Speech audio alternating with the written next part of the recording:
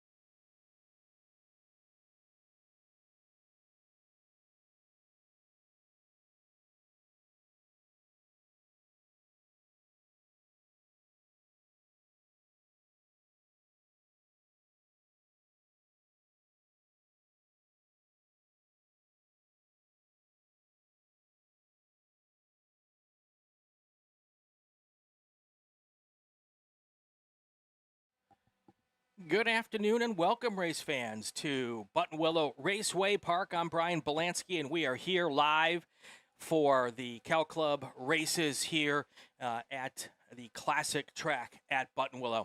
We are on track 25 clockwise here. If you've been to Buttonwillow before, you will know that there are several configurations of racetrack here at Buttonwillow, more than 25 configurations, and you can do each one of those both clockwise and counterclockwise. So we're going to get ready with our first race of the day. Our first race of the day is our Miata group, SPEC Miatas. Let's see, who else? SPEC MX-5 and the couple of other local SPEC Miata classes as well. Let's get right to it here. Our starting order, starting in row number 20, Lauren Lewis. And then in row number 9, you've got Bill Nelson and David Mitchell. Row number 8, Preston Lewis and Leo Liu. Followed by row number 7 is William Sturgeon and Alan Luckhart III. Going on to row number 6, Marcus Cheek and Nicholas Stewart. Row number 5 is Hendrick Webster, followed by with Gabe Estrada Jr. In row number 4, we've got Spencer Douglas and Jake Johnson. And then we go into a row number, let's see here, row number 4 is going to be Jeremy Rutter and Clement Lee. Row number 2, actually that's row number 3. Row number 2, William Rasmussen and Evan Donnell. And then your front row here at Buttonwillow for our first race of the weekend. That is going to be Tyler Vance and Evan Jacobs. Looking at our list of cars here, almost all of our cars, actually all of our cars in this group are SPEC Miatas. These are based on the little bit older Miata, MX-5 Miatas, everything from 1999 to 2003. That is the prime time here, and these cars are all built to a similar specification with a very well spelled out rule set. It's been around for many, many years here in the SCCA. If you go to any SCCA road racing event, or pretty much any SCCA event at all, you're going to see a whole gaggle of Miatas. And, of course, this is no different here at Buttonwillow. So it is this is going to be the 25 clockwise. We name the corners here, partially because the corners stay the same names, whether we're going clockwise or counterclockwise. And, for instance, this on today's racing, in the direction that we're going, turn 1 is actually referred to as corner number 16. I don't know. Are you confused? Because I would be. That's why we don't call it that. We call it turn 1, and we leave the corner station numbers to the professionals, the flag and communications crew, and we talk about them a little bit here as the afternoon goes on. I'm Brian Belansky. I hope you're enjoying your Saturday afternoon, and I'm really glad that you are here with us on Saturday afternoon. And if you want to say hi, put the information in the chat. And we'd love to see you and hear from you here as we get our racing underway. This will be a 25-minute timed race today. We've got 5 races total here. We got 2 races, then a short break to give our workers a chance to get out of the heat for a few minutes. Green flag is in the air as our cars coming down towards turn 1 for the first time, the first corner on this racetrack for this weekend, side by side at row 2 and further back here as our cars come past us here for the first time. Coming out of turn 1 now, oh, you see one car put a little bit of a wheel off there. That is the telltale Buttonwillow dust. Pretty much any time a car puts a wheel off here, you are going to see that dust. Now there come our cars there all the way through the A section here and now down the part of the racetrack we refer to as I-5. Off in the distance, you can see cars way out there. That is Interstate 5 there, hence the name I-5. Of course, our coverage here is brought to you this weekend by Porterfield Racing Brakes. Porterfield Racing Brakes is there for you if you have a need for racing brakes or any other kind of braking needs here. And we're going to see, oh, that's the wrong button. So if you ever notice, folks, that the cameras don't match up as well as you think they should, you're probably right. I am the camera pusher. I am also the talker and the graphics maker. So if I miss one, please forgive me. Here we come. There is our pack now coming through Riverside, up the top of the hill. Off in the distance, we call that Phil Hill, named after the famed race car driver, of course. Now they come down off of Phil Hill, hit the drag strip, and come into our ish living rooms. And this is a drafting class here in the SCCA. So the key to staying involved in this race and making sure that you are there at the end is to stay as close to that lead pack as you can. As you can see, those front 6 cars are nose to tail, and they'll even probably bunch up even a little bit more nose to tail as we get a little further into this race. We're heading off into the distance. We call this the S's, and then at the end of the S's, there is a left-hander, which puts these cars right onto the front straight. As you can see, for one of the front cars there, put a wheel off there coming out of Sunset. You'll know why later this afternoon, why we call that Sunset. Here they come across the line for the first time. We will wait till our timing and scoring refreshes here.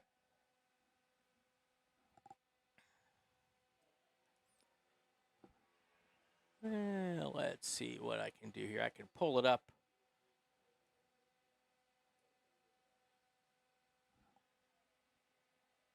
My timing pylon is not working. Let me refresh that. Can I?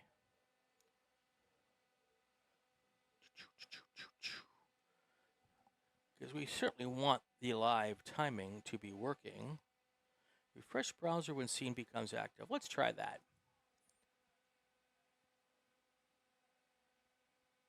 Let me, well, that is interesting because it looks like it's working for me here.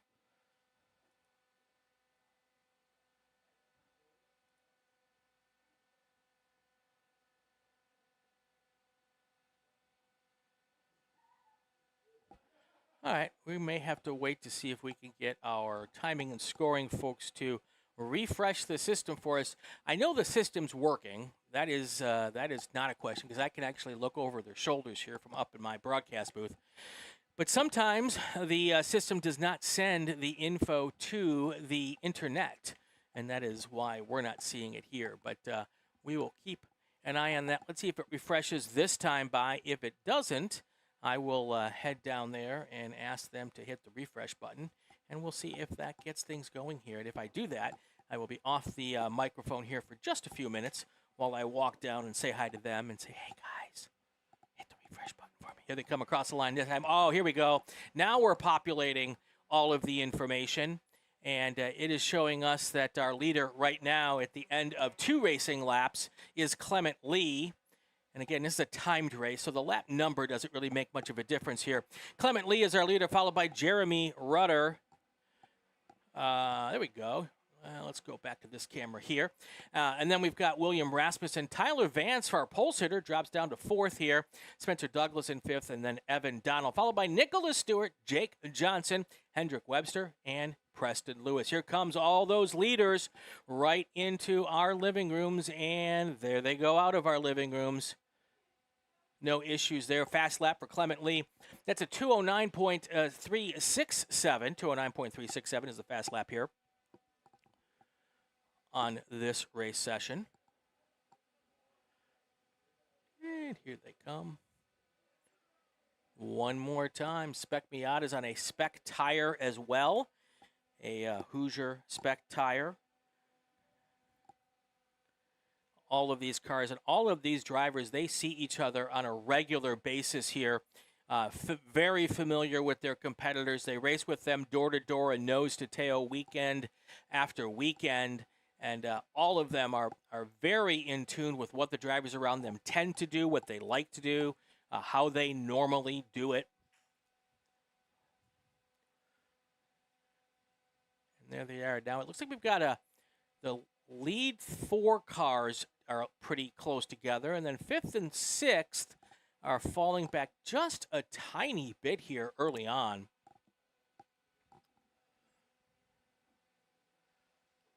And even it looks like 1st and 2nd, Lee and Rudder, are working really well together through the drafty parts of this racetrack, trying to put a little bit of a gap back to 2nd place, William Rasmussen. It's been pretty dry out here. We had a very wet January, but the last month or so has been pretty dry. In the last 2 weeks, we've been in a heat wave here in Southern California. Well, you say it's hot in California. It is, and it always is, but usually this time of year, we're still in the it's warm portion, or even cool and comfortable portion of our year. To get temperatures up in the 90s in parts of the area in March, not very common here. Right now, our temperatures, and of course these cars and tires, do react to the temperature and what is going on outside. Right now, at a little after or a little before 2 o'clock in the afternoon, 91 degrees today, and we're going to get up to 93 according to the National Weather Service. So that is something that we're keeping a close eye on here. Of course, we've been out here where it's been well above 100 degrees. So 91, 93 kind of is like, we got this. Still trying to get into rhythm here.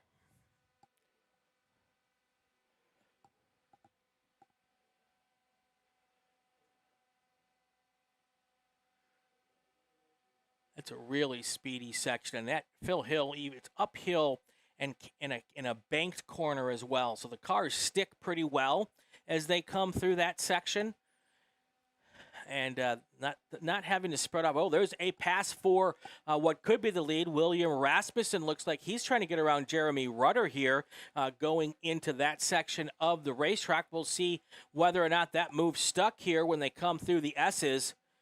And now they're nose to tail again. It does look like Rasmussen in that black car was able to take over the point here as they come on to the front straight here.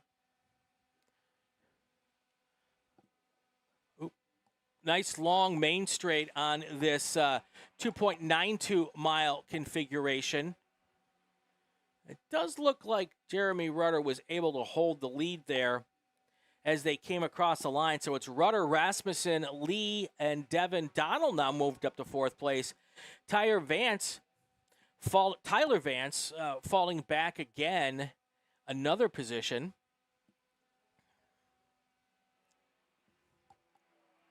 Ooh. Big puff of dust there.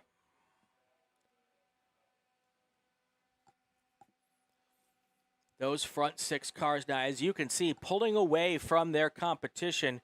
Right now, the gap between 6th and 7th is a total of 2.23 seconds. So this is a very typical SPEC Miata situation here where you get the front pack of cars, whether it be 3 or 4 or 5, or in this case 6 cars. They will pull away in the early parts of this race. Even the leaders now, all of these front 6 cars working in tandems of 2. So they had, each of those drivers now has a dance partner, and they will try really hard to work together so that the front cars don't pull away, and almost as importantly, so the cars in the back won't catch up. There you can see them going up over Phil Hill 2 by 2 by 2.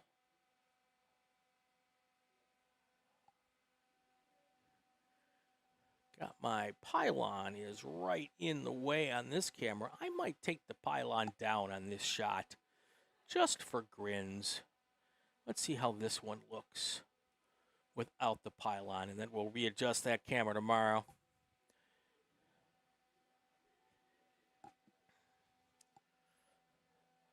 Yeah, there we go. Those are the pairs of 2 by 2. So at this moment, it's Rudder and Rasmussen. Then Lee and Donald working together, Vance and Douglas. Those are the two dance, the three pairings on our dance card this morning. Actually, we're on afternoon now here. Across the line this time, no changes in position. Rudder, Rasmussen, the front 2 here. Then you've got Lee and Donald, followed by Vance and Douglas. That's how they stack up. Looking a little deeper into the field, you've got Hendrick Webster in 7th. Jake Johnson is in 8th. Nicholas Stewart just dropped his fastest lap with a 2:12.033. He did that on lap number 4. He's in 9th. Preston Lewis, I believe Preston Lewis is the son of multiple national champion Michael Lewis. Both Preston Lewis and his sister. Let me switch over my my timing screen here. Stand by. His sister, Lauren Lewis. Away. Let's see if I'm right. Yep. That's brother and sister there. So Preston is in 10th. Sister's in 17th here. Now those front 4 cars starting to pull away. There's a potential pass. Spencer Douglas trying to get a little racy on Tyler Vance there in a move possibly to move into 5th place. Here they go and up the hill here.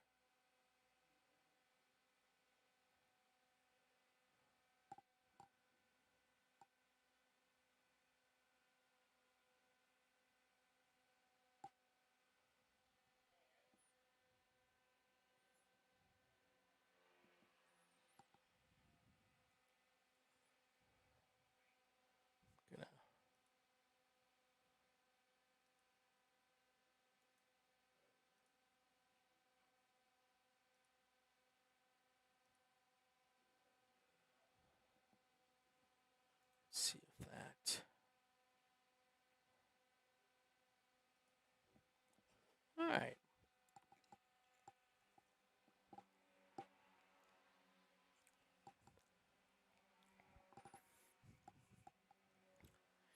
Wow, Tyler Vance just makes a big move up into. Oh, you know what? We're sorting. Hold on a second. Let me go get one thing fixed here. I will be right back. Stay with me, everybody. Don't go anywhere. We'll keep the pictures up.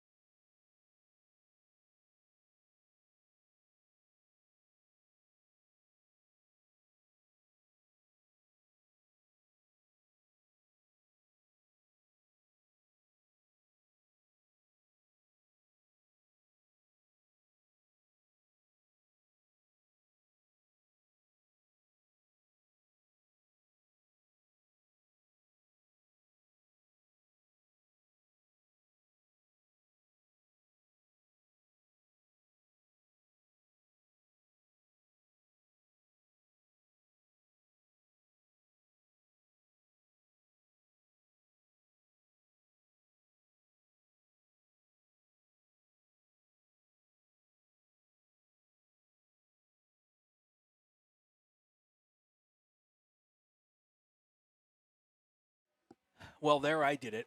I went and refreshed the system so it would sort by position. And now I'm waiting for the data, which may not come before the end of this race, but that's how this works out. Uh, I've done it now, people. People will be happier that I did this down the road here. Let me see if I've got anything on the app here.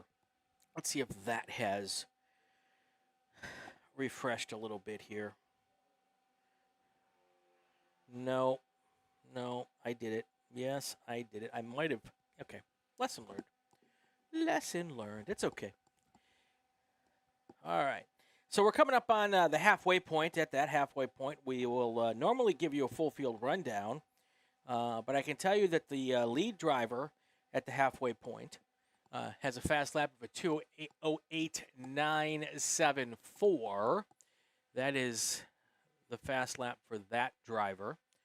And that looks like it might be, no, third place car is a 2:07.976. So that's our purple lap for this race.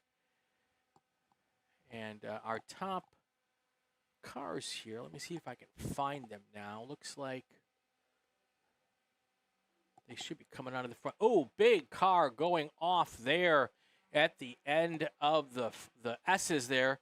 The good news is most of Buttonwillow, you can go off and off and off and not get into too much trouble in most places. So that car has returned to the racetrack, and we will see the cloud of thunder there as they come, and that'll dissipate every single time a car puts even a wheel off here at Buttonwillow. The dust comes. So.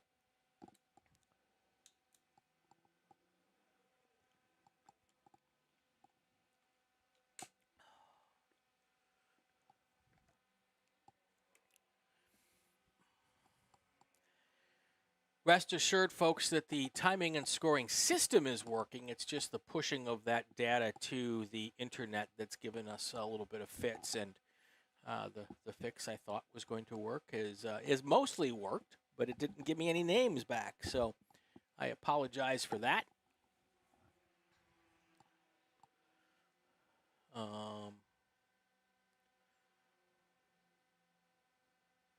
See if I refresh here, if it comes in now. No, still nothing.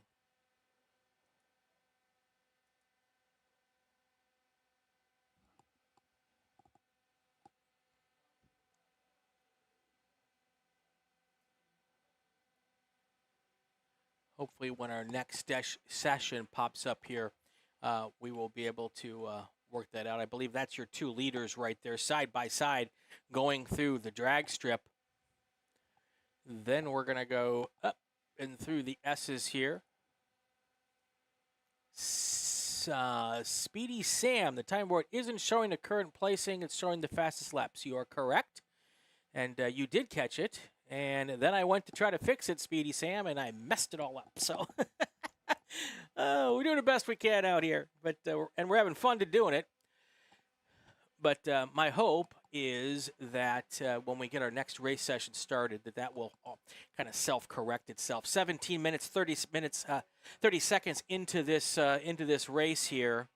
Wow, look at that side-by-side action past me right there.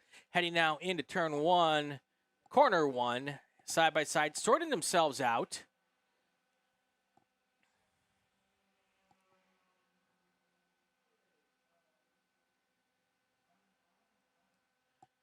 Interesting to see that a lot of these fastest laps of the day for these drivers are on laps 2, 1, 2, 3. One car did a fast lap on lap 6. But these tires, it is hot out. It is dusty on this racetrack.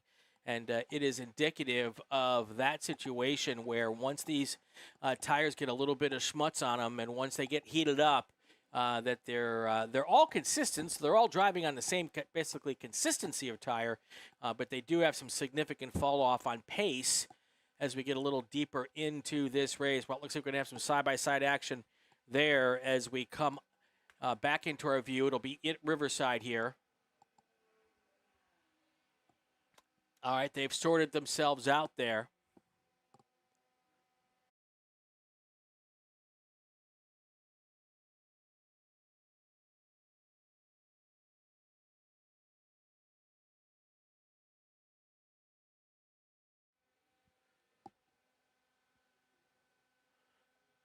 There is that pack of 4 drivers. I'm hoping this is the lead pack I keep seeing here.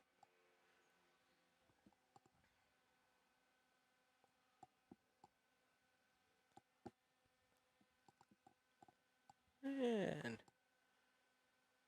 they should be popping up on our screen here any second.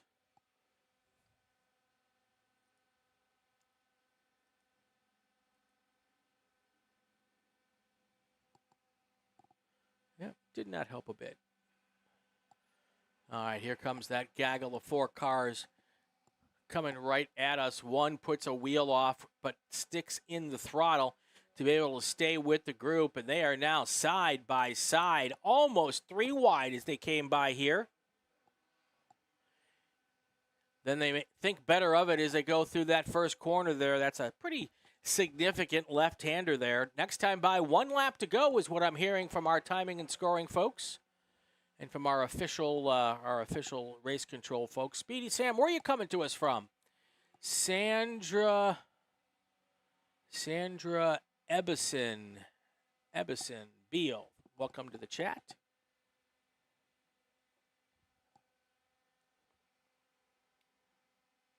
Here they come.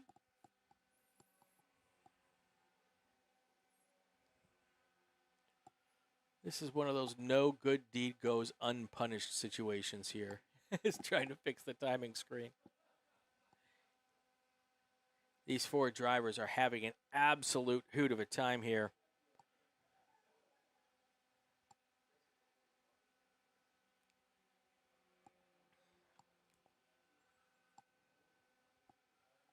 They will be getting the white flag here shortly.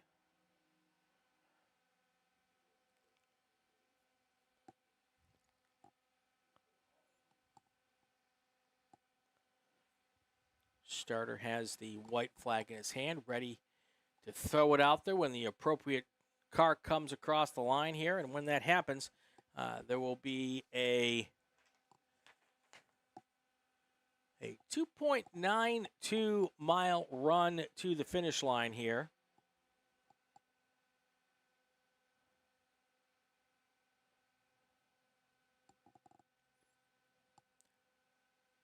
Here comes your white flag in the air.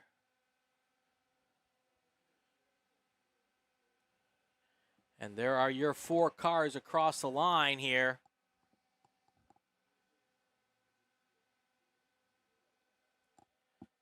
Let's see how this one plays out. Leaders pulled away just a little bit, but it is unclear at this moment who is going to be the car in. Oh, I lost that camera. Hold on a second.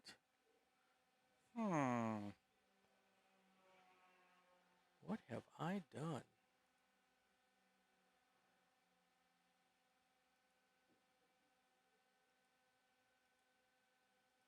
Oh, I think I might have lost a camera there, and that's what has happened. We will check that after our little break here. Here comes the lead pack now, coming out of what we call the Grapevine corner.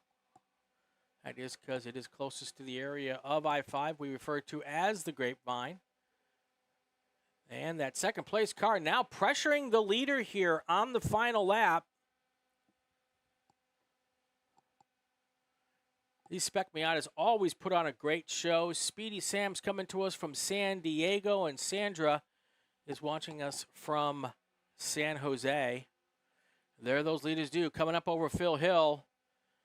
And we should see them coming down off of Phil Hill. There they are now off in the distance, making that left-hander onto the drag strip.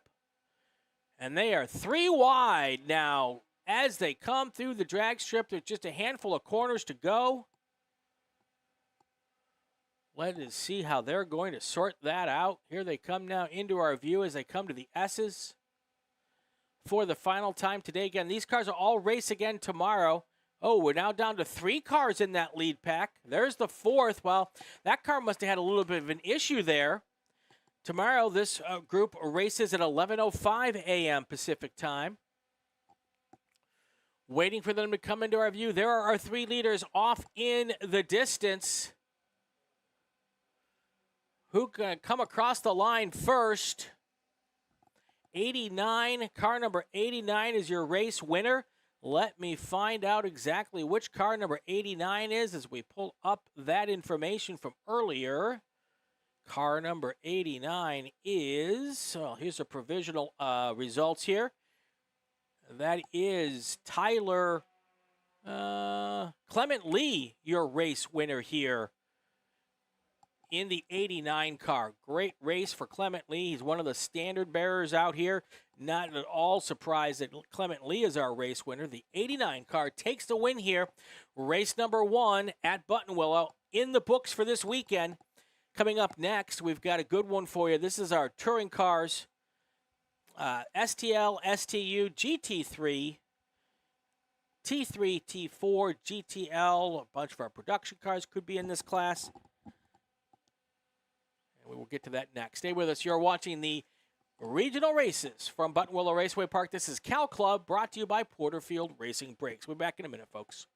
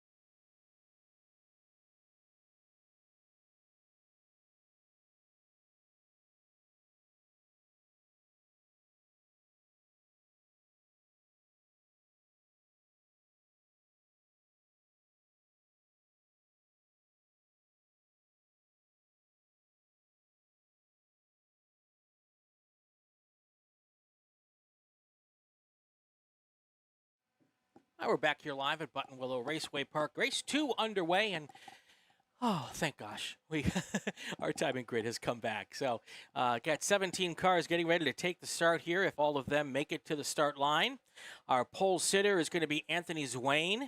He is in a BMW M3. Next to him, Tony Rodriguez, also in a BMW. Then we've got a couple more BMWs in row 2. Matt Ailes and Justin Moore. Jack Weishmeyer is in 5th spot. With him is Stephen Ellis. That's a Honda Civic and a Toyota 86. Then you've got Sergio Orestes Perez and Jonathan Lugod in row number 4. Sergio Orestes Perez in a GR86 and a Honda Del Sol is Jonathan Lugod, followed by Daniel Snow in the old school 74 Fiat X19. And next to him is going to be Larry Cooper in the 1971 Datsun 240Z. That is the throwback row here.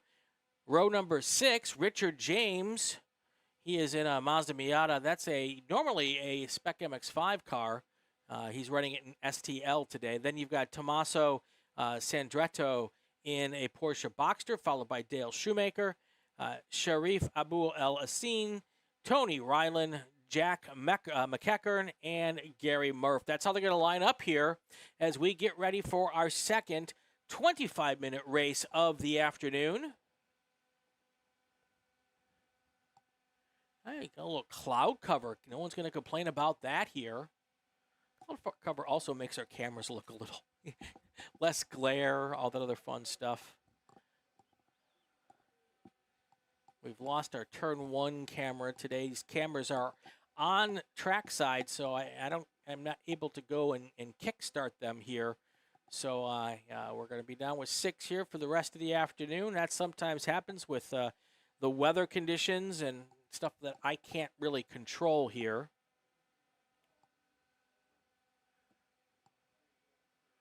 This touring car group here, a lot of these are former World Challenge cars that have been repurposed to have a life after the World Challenge death.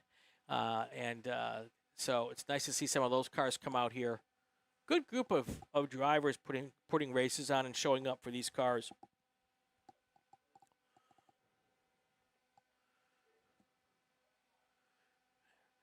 The pack of cars are going to pop here onto our main straight. You will see in just a second that the pace car is on pit lane. And now our leaders come on to the front straight, waiting to see the green flag hopefully fly. And there it is. Green flag is in the air. We are racing here at Buttonwillow. I'm going to try one more time, and this is going to turn black is my guess. Yeah, we're going to do that. I will see if I can jump start that camera here one more time. We'll give it one last shot here. Really is a good camera.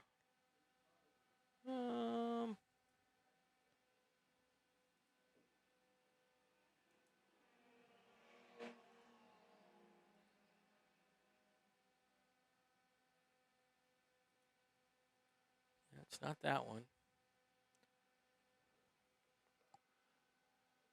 Here comes our pack here down I-5.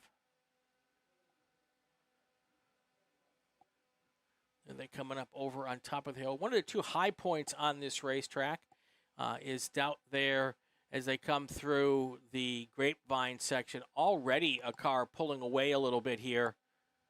I'm going to guess that is Tony Rodriguez. He's got that thing hooked up, and those are all your touring cars. They started with a little bit of a split start over the rest of the field here.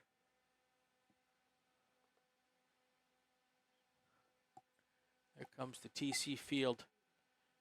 The left-hander up towards the kind of interesting corner, Phil Hill. Uphill, right-hander.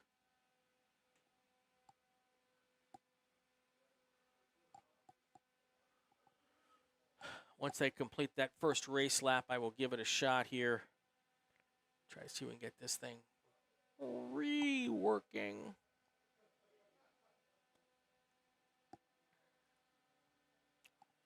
Gabriel Estrada is repping the proud American beverages. Can't car. Let's good. Let's go. Great. Thank you, Dean Mells 445, Derek Van is in the chat.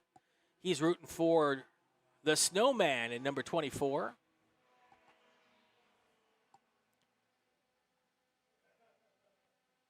That lead already for Tony Rodriguez.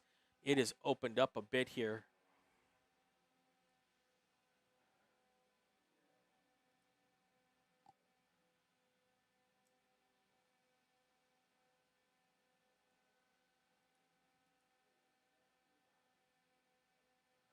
Well, that's very interesting. Why is it doing that to me? Well, all right, we're going to do 1 second here, and I'm going to try to fix this camera. It's going to go to black for a minute here, but I'm going to see what I can do here. Oh, that's not what I wanted. Stand by.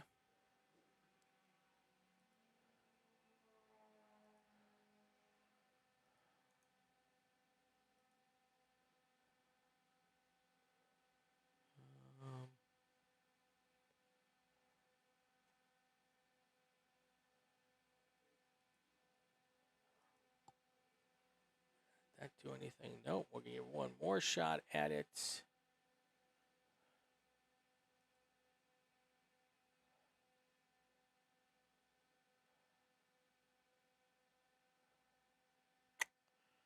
Yeah, I think we are done on that one. All right, well, I tried, folks. We apologize for that. But, hey, you know, Mother Nature, technology don't always get along. Here comes our leaders here. They're going to come back into our view here. Tony Rodriguez with a big opening lap. 159.065 versus Matt Ailes, who put down a 202.02039. So that car's definitely hooked up. That is a blue and white BMW here. It's going to come into our frame in just a second. And Rodriguez goes even faster. Lap number 2:01:57.8. Zach Swain also goes faster with a 1:58.951.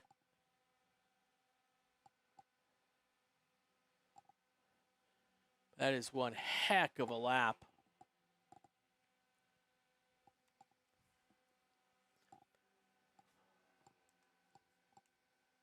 Only 5 minutes into this 25-lap race, and the gap between first and second has now opened up. Let's look at it live here on my screen. Stand by.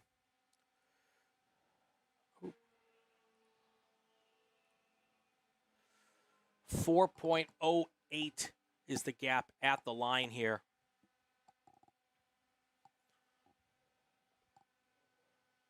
Yeah, look at all of that. Then you've got the two cars right there.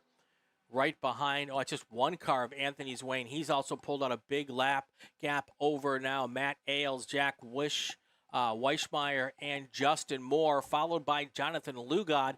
Then you've got Sergio Orestes Perez, Stephen Ellis, Calvin Tam in ninth now, and Sharif Abu El Inin is going to be in 10th. That's in the 118 car. So looking good for those cars.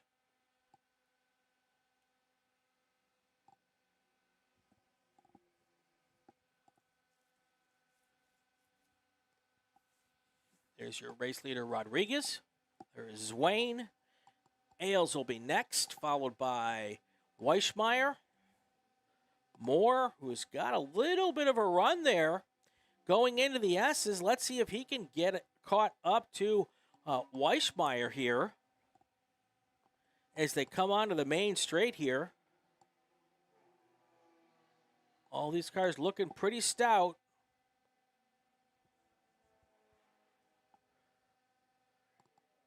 Does look like Moore has almost caught the back bumper of Weichmeyer.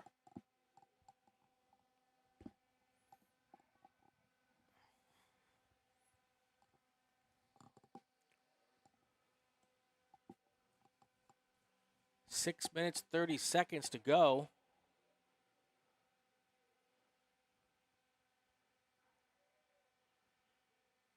Got a car coming onto the track. Didn't make the grid. That might be Gary Murph in the Opel GT car. Well, we'll know in just a minute which car that is when it crosses the line for the first time. Oop, wrong button.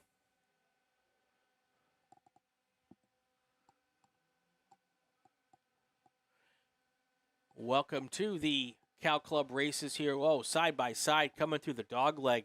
Let's see where they are when they come through Riverside there.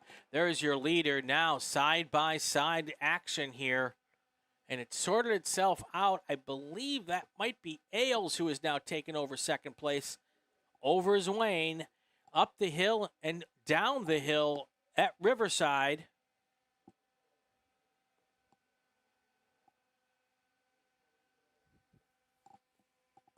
Those two cars battling now for the last several laps.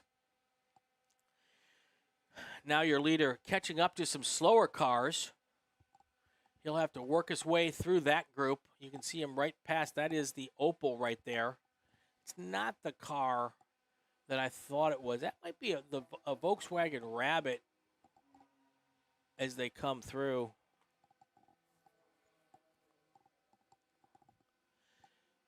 There's your leader across the line.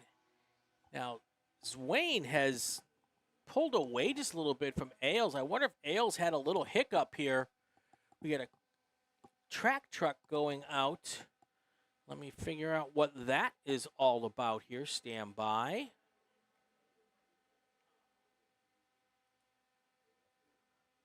Got a car off driver's right in turn 12, the 11 car. The 11 car is Larry Cooper in the Datsun 240Z.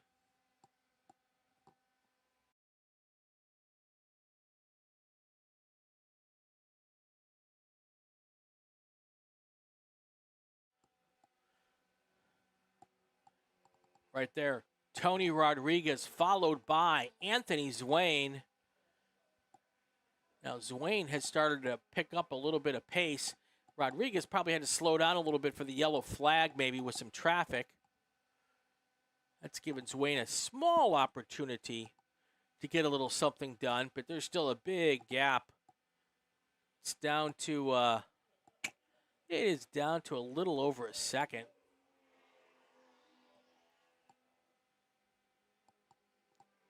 Oops, there it is.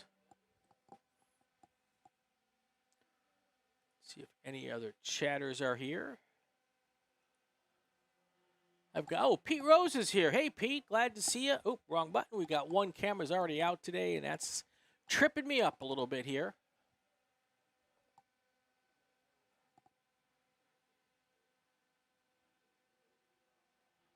Lots of rooting here for Gabe Estrada Jr. Let's see. Let's give a little update on Gabe.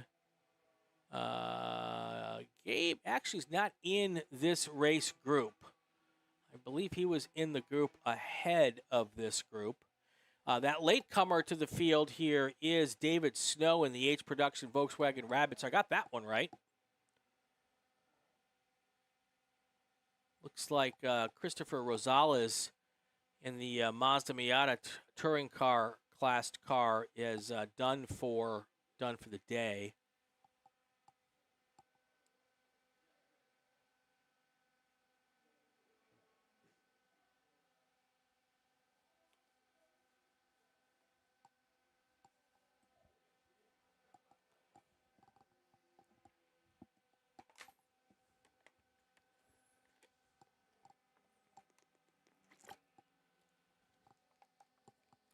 Trying to find our leader here.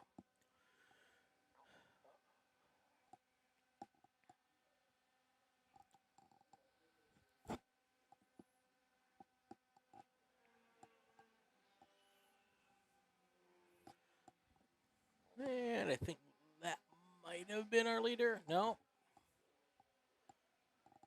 Got a car without a transponder working. 1-2-0. That makes life tough for timing and scoring. They will get him. That's Justin Moore. They will keep his position without any issues. They do that manually regardless of whether the timing system is working. They still do it old school, folks, which is kind of cool. And for just in cases just like that, but they won't collect times for that car. So let's hope he doesn't break a track record here. Because if he does, it won't be official.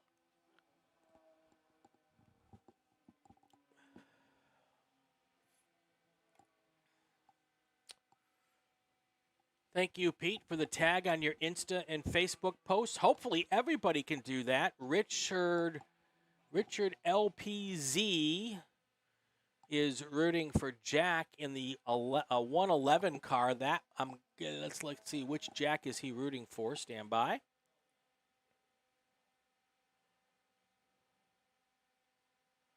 That's Jack Weichmeyer. Am I pronouncing that right? I'm saying Weichmeyer. I hope that's correct. It's either Wishmeyer or Weichmeyer. Stop that. It's too early for the yawn. Pete Rose, I was up at 4 o'clock this morning. We made the drive up from Los Angeles so we could get the cameras set up. And I worked late last night, so I had to go home and grab a couple of hours of sleep, pick up the kid who comes up here. My kid works with emergency services as one of the volunteers. Speaking of volunteers, I think I just saw, speaking of cars off, I think I see a car that just went off there by that flag station up in front of us here on the left-hand side. I think that's a car park there. Speaking of volunteers, my kids volunteering in worker services. You can come out here being a flagger, starter, timing and scoring. Tons of opportunities to come out here and play.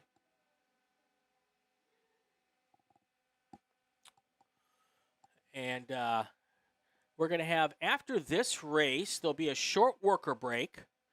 And then 3 more races this afternoon. So do not go away, folks. But if you want to come out and join us and do a little bit of volunteering work out here, get close to the cars, have a great time. If you live in Southern California, go to calclub.com, calclub.com. The place to race in Southern California is Cal Club. And we will absolutely take all comers and takers to come and have fun with us. Lots of stuff. If you want to be out with the cars, there's also some indoor jobs. If you like air conditioning, you can come up here and be an announcer with me. You can be a timing and scoring person. You can help work with our stewarding group and our race control, registration. Tons of opportunities out here at the racetrack. So if you're here in Southern California, go to calclub.com. Being asked to make an announcement. Hold on 1 second.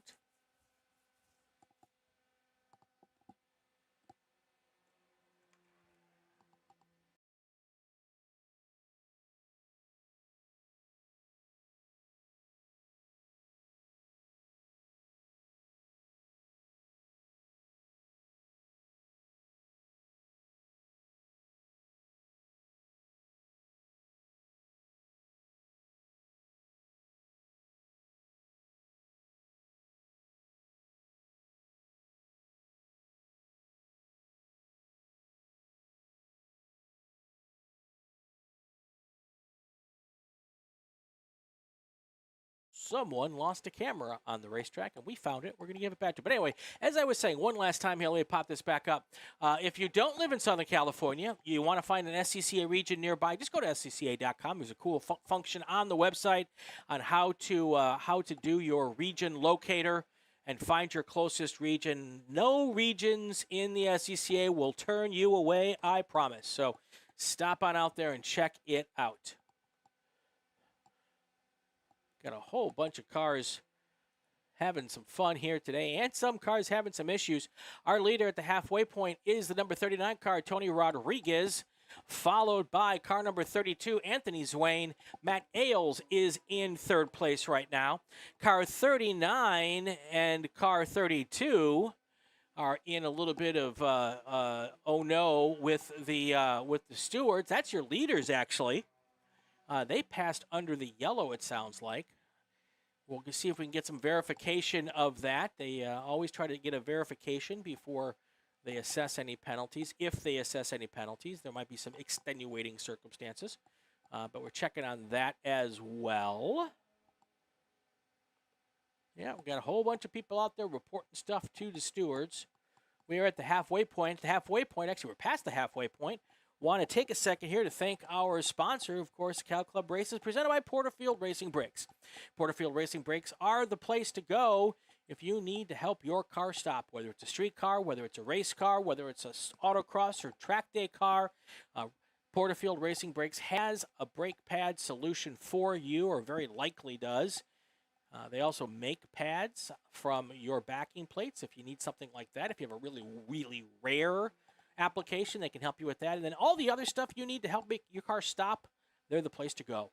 And they also have some cool pit crew stuff, trailer tools, all that kind of stuff. Check them out. It's Porterfield-Brakes.com. Is the Z car the silver one? We got a couple silver cars out there today.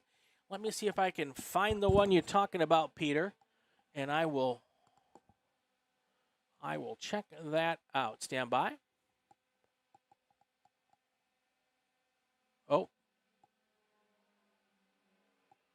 Oh, I have to correct my correction on the announcement. Stand by, folks.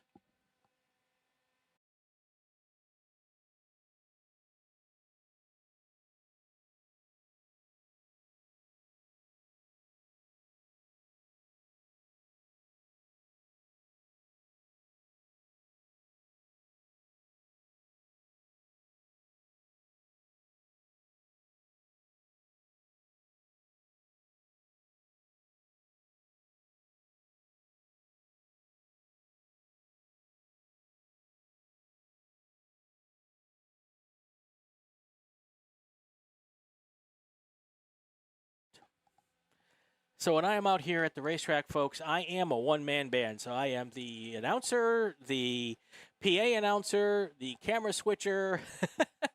Yes, I believe the silver car, Mr. Rose, is a 280Z or a 270Z or a 370Z. Hold on. Which one are we talking about? The silver car. Let me find it.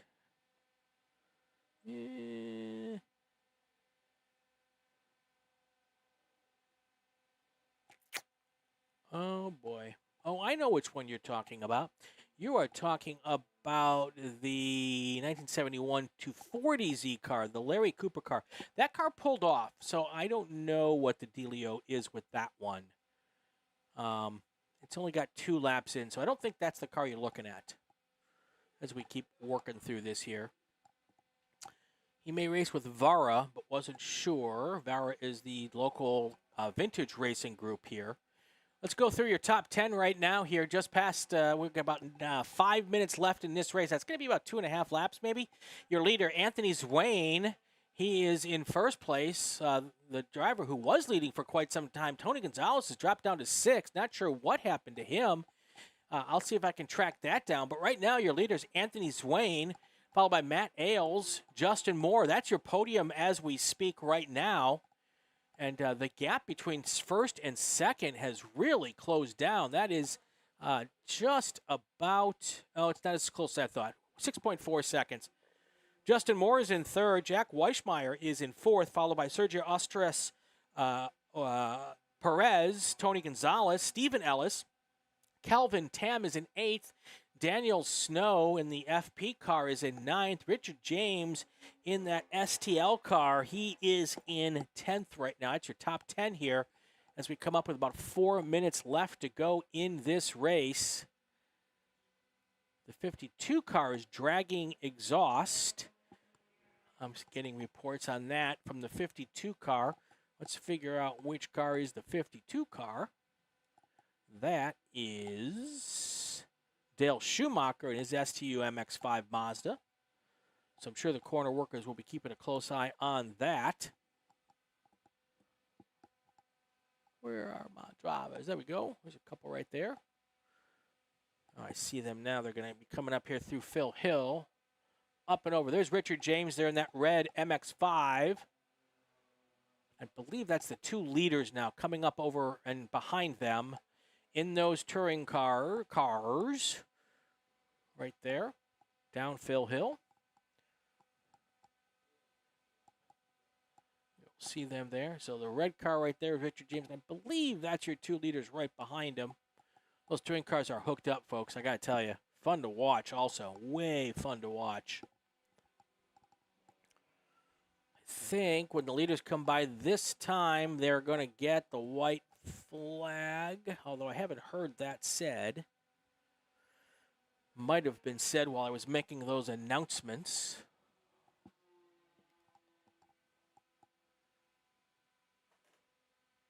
starter's another position you can come and volunteer at. We love our volunteers out here.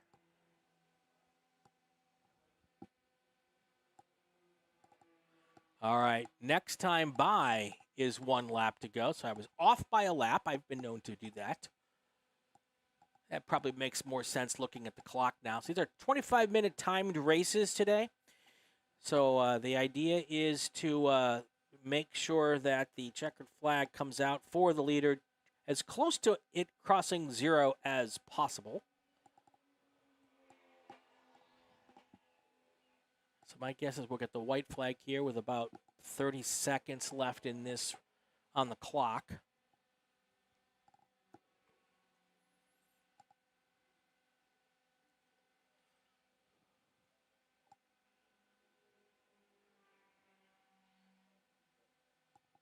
That Fiat X19, I love that. That is, Pete, a ripper, that X19.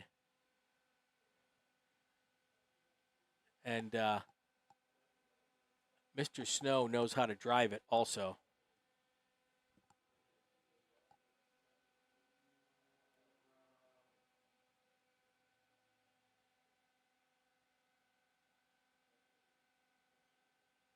I will say it's no match for the touring car. There he is. But that's a pretty fun race car. I love seeing some of these older cars, especially the ones who are still got pace. So I believe that is Mr. Swain that just came in and out of our view right now.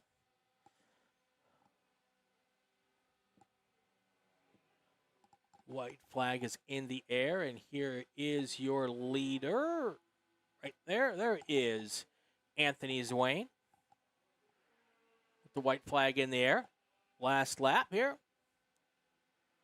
And then right behind him, that is Matt Ailes that just crossed the line.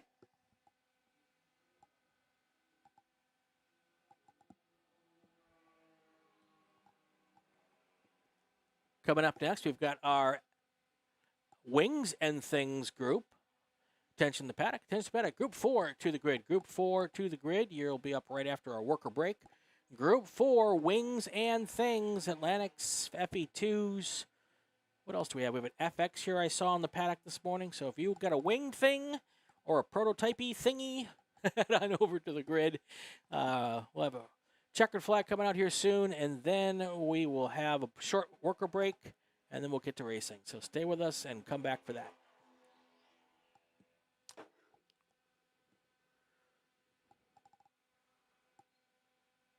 And I do believe we're going to have some cleanups, but thankfully for that, we've got a worker break, and there'll be plenty of time to get that car that's right out there in our view there. I'm pretty certain that is our leader coming up over Phil Hill for the final time here. These cars will race again tomorrow. If you're into these cars, this is Group 3 tomorrow. Their race will go off at 12:45 p.m. Pacific time.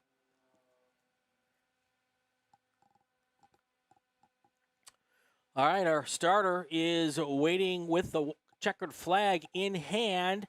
They will bring this out here in just a moment. Anthony Swain looks like he's got it all together. There is our checkered flag. You'll see the white flag come in.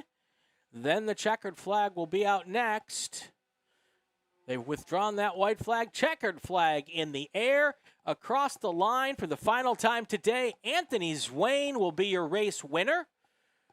Followed by Matt Ailes. It looks like it's second place. There you go. Justin Moore will come across the line in third.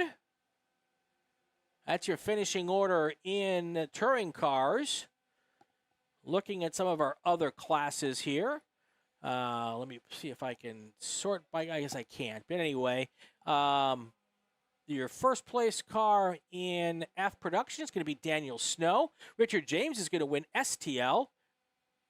Touring 4 is going to go to Tommaso Sandretto. STU, the winner, is going to be Tony Ryland. And David Snow, who came out in H production, I'm not sure if he got enough laps in because he He came out late, must have had some sort of a problem with that Volkswagen Rabbit. But he is here, and I'm not certain he had enough laps to be considered a finisher. So that's how they wrap up here. Let me see if I can go back and get the results for the last race, which I wasn't able to give you because my timing screen went all fooey fakooey. Do we have them here? Yeah, I don't think that's accurate. So I'll tell you about them tomorrow, folks. This will just make you come back and watch us tomorrow. So we're going to take a short break. When we come back, we'll be back to racing here. 3 more races this afternoon. Wings and Things Formula Cars are next, followed by our Ground Pounders, GT1s and GT2s and SPEC Corvettes. And then our last race of the day is our SPEC Racer Fords and our Formula Fs and our Formula Vs. That's all coming up here. 3 more races to go. You're watching the Cal Club races here at Buttonwillow Raceway Park, brought to you by and presented by Porterfield Racing Brakes. We'll be back in about 10 minutes. Thank you, everybody.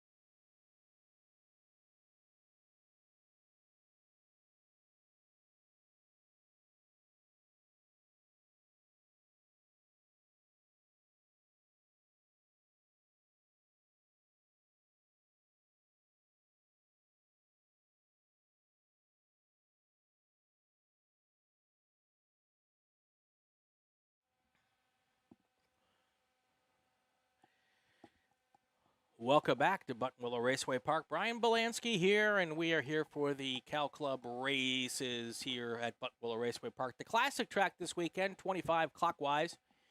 And we've got our open wheel Wings and Things group. And the good news is these four drivers are going to have an absolute blast here today. The bad news is we've got four cars. And but let's tell you about them. Our pole sitter in this race is, stand by, Tom Hope. He is in a 2006 Mazda FE2 car. Paul Marino is the other FE2 car. So those guys are actually going to race each other. Johnny Crean is here in his Ralt RT5 Formula X car.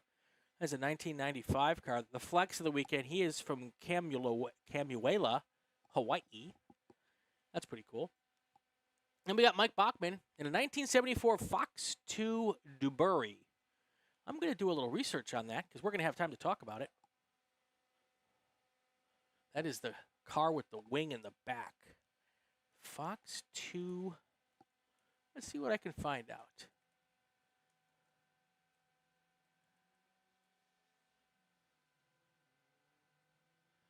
So the Google sends me to Fox 2 television in St. Louis.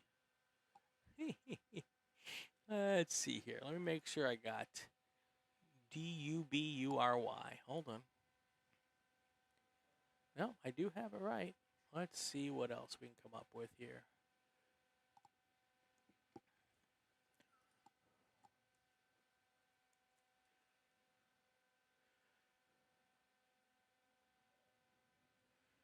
All right. We're going to get a leaders taking the green flag here on lap number 1 of this 25-minute race. Got their two FE2 cars up front, then the FX car of Johnny Green. Then there is Mike Bachman right there bringing up the back of the pack here.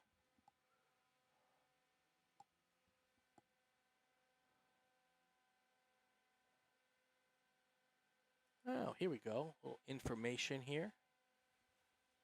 The Dubury chassis, originally an H-modified car here in the SCCA, then a D-Sports racer.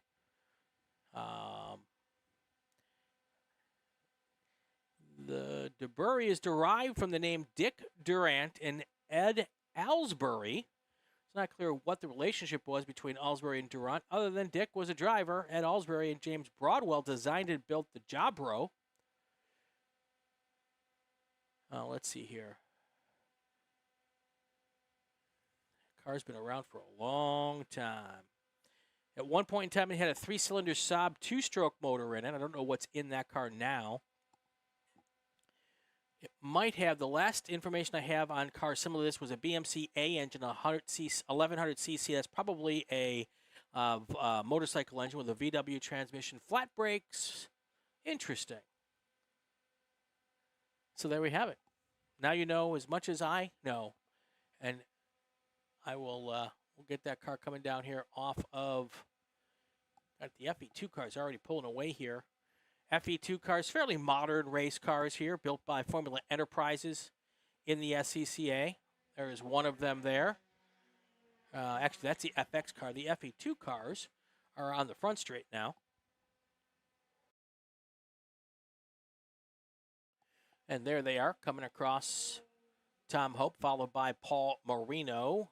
Johnny Crean will be the next car coming into our viewpoint here in his FX car. Was at one point I'm going to guess a Formula Atlantic car. And then somewhere over the rainbow, we will see Mike Bachman come into our line here. Let's see if we should be coming into the main straight here in just a hot minute. And there we have it. It's always fun, and I honestly do a slightly bit of sarcasm when I say fun, but because we are a club and because we are here for enthusiasts to go have a good time, sometimes we have a race that's doesn't have a ton of cars in it. and we could stuff them into another group, which could be good for neither of those groups. Or we can give them their race like they paid for, and that will happen on a rare occasion. It is not often that we have a 4-car race here, but in addition to putting on races here, and obviously the live stream that we do is not the focus of our racing, but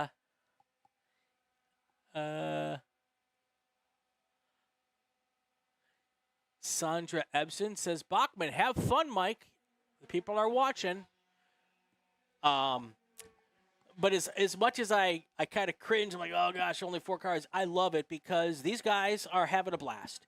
And they're driving their race cars, and they're out there doing what a whole bunch of other people aren't doing. You know, a lot of other people are sitting on their couches in the air conditioning. It's 90-some degrees out here in California. And that sounds like a good idea for a lot of folks. For these folks, sitting on their couch sounds dreadful. So what are they out here? They're out here driving their race cars. And I love that. Absolutely love that. There is Tom Hope and Paul Marino coming through our view right there. They're on I-5. They come up now over the section of our racetrack we call the Grapevine. We call it the Grapevine. If you're not from Southern California, there's a big hill. I call it a hill. It's a mountain that we have to come over to get from Los Angeles to Kern County where Buttonwillow is. And that hill is called the Grapevine. So people who are coming here have to cross, if you're coming from SoCal, in one way, shape, or form. Got to get across that hill, and the most common way to do it is to do it over I-5. And that is called the Grapevine. And that corner is the closest we've got to the Grapevine here, so we've named it the Grapevine. Drag strip, if you go, this is a two-part piece of racetrack here. And it's split up by if you skip the Phil Hill section of the racetrack, it is just one long straightaway, which we call the drag strip for obvious reasons. This is the S's because guess what? Wait for it. It goes like an S. And there we have it. Here comes your leaders. We just saw barely come through the screen. That was Tom Hope, Paul Marino, and then this car coming through now is going to be Johnny Crane. The FE2 cars, just to look at the quality of the cars and the newer technology, the FE2 cars are circulating. Tom Hope's running laps at 147.029. Paul Marino, his fast lap is a 150.152. Then Johnny Crane in that Ralt, he's got a 154.322. And then Mike Botman, who's out there, it's a prototype 2 classed car, is at a 238.627. So let me get you the 411 on the FE2 car. Really cool race cars. There's a lot of them around the country. They are produced by Formula Enterprises. That is a subsidiary of the SCCA. They also produce the Spec Racer Fords. And the FE2 here is a single-class open-wheel racing powered by a Mazda. Let me pull this one up here. Oops, hold on. See if they give me the stats here. It's a 2.3-liter engine. No longer in production, but it is supported.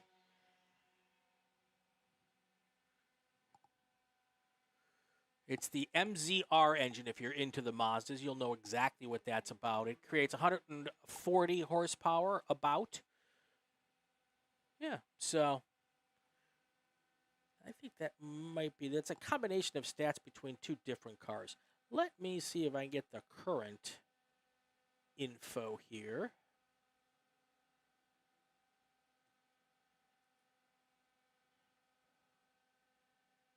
That's all the technical bulletins. That's not what I want.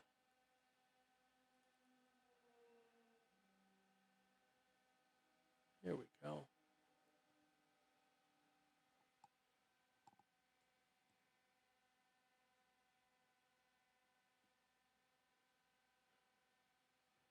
Yeah, it's a 2.0 Mazda MZR engine. Yeah, so there it is.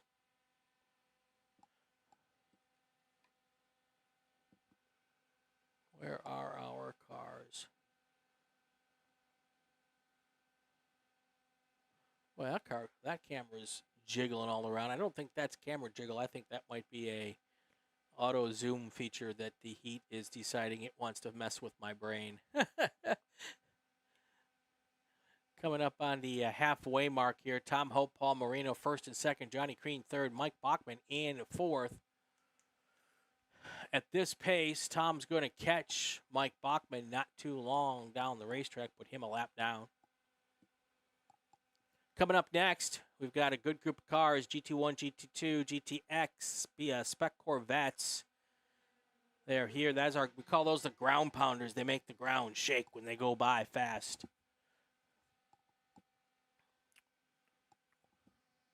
Coming up now and around the corner, you're going to see out in the distance, going to be Tom Hope in that red and white FE2 car, followed by Paul Marino.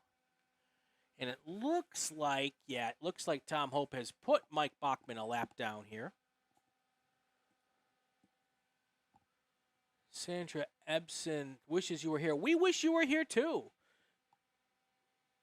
Pete Rose said he'd be here if he wasn't recovering from back surgery. Oh, that stinks, buddy. I'm hoping that recovery is going well. If you do ever get out here to Buttonwillow, I want you to come on up to the broadcast booth and say hi. I love seeing the people who are in our chat.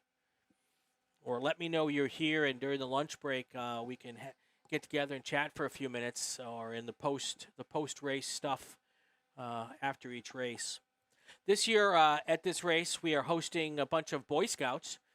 They are here doing, I don't know if they call it a bivouac in the Boy Scouts, but basically an overnight camp right here at the racetrack for most of them. And I think the Boy Scouts are making us dinner tonight, which is kind of cool. Love that. Cooking for the volunteers. But I think some of them are from Riverside County, making the trip up here to, and they come up here every year in the spring. And I've been up here now, gosh, has it been?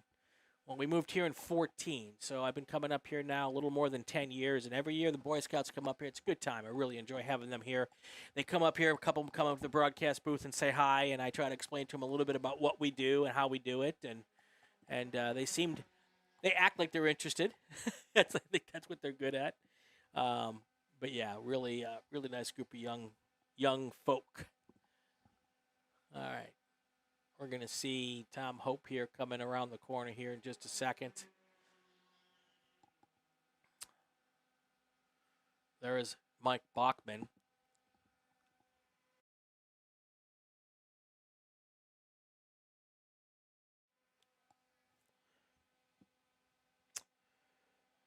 Eagle Scouts getting some badges. That's exactly what's going on, Pete.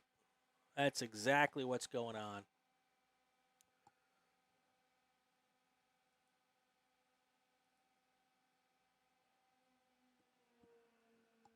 All right, let's see here. Got one of our cars here on the main straight now.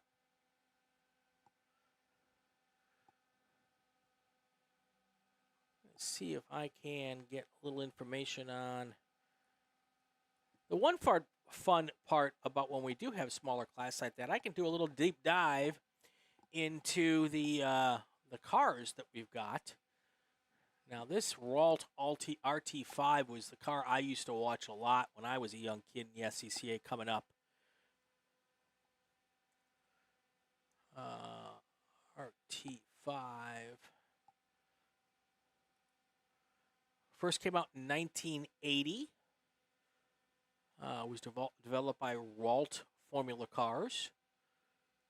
The designer was Ron Turanak. It's aluminum monocoque fiberglass body.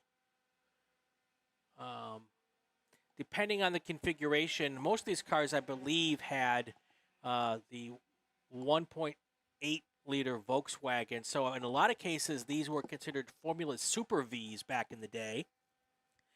And that was a big class. A lot of big-name drivers. If you want to go back and think about who was in Formula Super V, let me...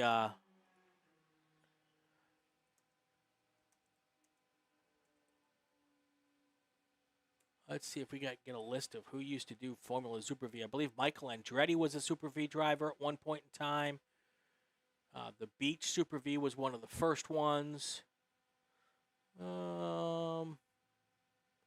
Let's see, Bob Lazier. There's Buddy Lazier was at the Indy 500. Jeff Brabham went on to be one of the best sports car racers in the world. Al Unser Jr. drove a Formula Super V. Michael Andretti, Arie Luyendyk, Ed Prim, Didier Taze, Scott Atchison, a friend of mine from back in the day, Mark Smith, Herm Johnson was, they called it Super Mini Indy back in the day for some of these folks.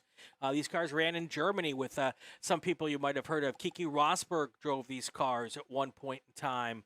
Who else in Europe was big in this car? That's the only name that pops that I think anybody here, unless you're really deep into these cars, would remember.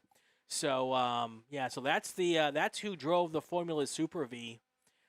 I don't know what that car has in it now. My guess is it might be a Ford or a Mazda motor in it, which makes it a Formula X car. I'll have to talk to Johnny about that. Johnny is one of the big, longtime members here out at Cal Club.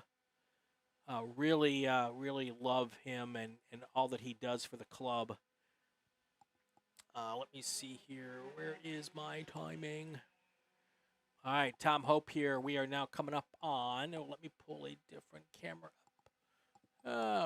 Almost at the 17 lap or 18-minute mark here. So about 6 minutes left to go in this race. Of course, the Cal Club races here at Buttonwillow Raceway Park are presented by Porterfield Racing Brakes, porterfield-brakes.com. Check out Porterfield Race Brakes for all of your racing brake needs, and they've got streetcar brakes as well, high-performance street cars. If you've got something that you drive on the street, it's got a little zip to it. Porterfield probably has a brake solution for you.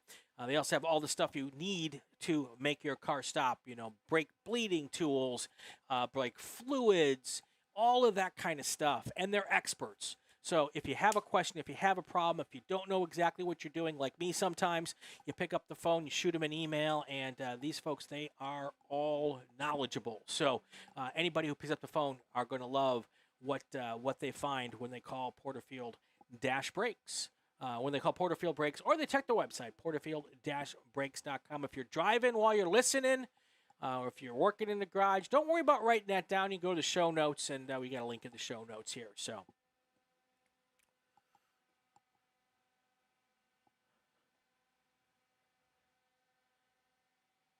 a rotary engine in those cars would be fun. Yes, and it would be loud and obnoxiously loud.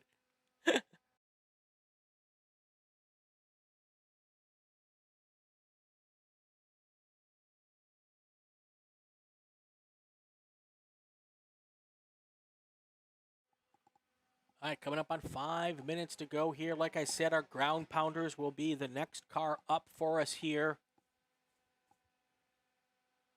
You see beautiful wispy clouds here. It is a beautiful day. It's a little warm for August. I'm sorry, for August. No, it's about the right temperature for August. It's actually cool for August. It's a little warm for March here. Let me pull up the temperature. Yeah, where did my little phone machine go here? Currently, it's 93 degrees at Buttonwillow. It's going to be cooler tomorrow, only 87. Actually, that will be appreciably cooler. These drivers and cars will appreciate that. No question at all. So my cameras will like it when it's 10 degrees cooler also. So that is a good thing.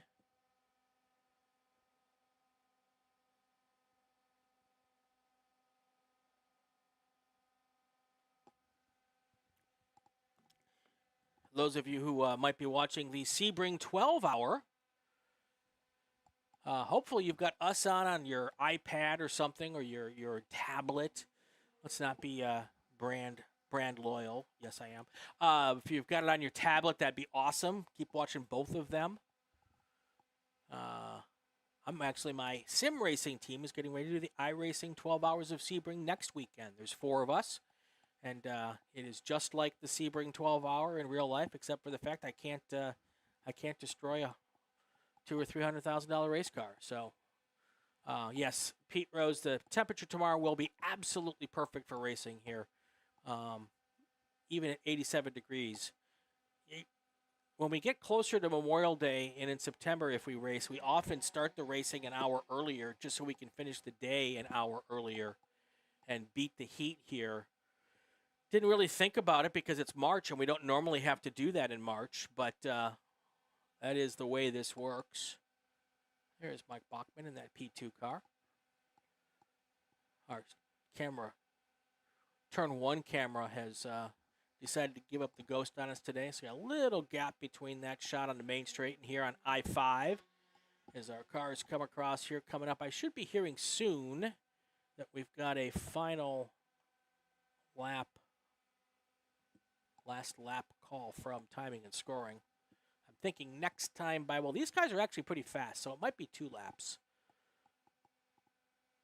Might be 2 laps. Of course, these are timed races at 25 minutes. Tomorrow's races will be 30 minutes or 18 laps. So these cars will burn through 18 laps pretty quick tomorrow. So the FE2 cars are probably, well, the GT, if there's a Corvette here, one of the GT Corvettes might be faster than the FE2 cars. FE2 cars, very nimble race cars, obviously, little tiny Formula cars with aero and everything. So they're typically some of the faster cars here.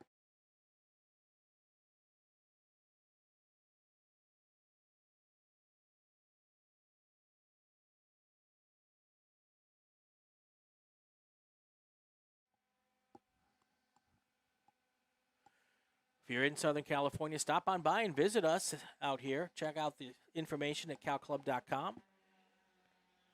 If you're interested in the SCCA in any way, even if you're not in Southern California, go check out SCCA.com. There are events going on of various types between autocross and road rally and rallycross and time trials, or time attack we call it now, track night in America. Did I say autocross? Road racing. There is stuff going on, I'm pretty certain, every single weekend of the year. A lot of us take off Mother's Day, but usually there's somewhere, if you really want to race, if moms want to race on Mother's Day, they can find a race on Mother's Day. Christmas might be the only time we don't race. We'll do a turkey trot. We'll do a New Year's weekend stuff. I think Christmas might be the only weekend where there's no racing. So check us out. calclub.com, SCCA.com.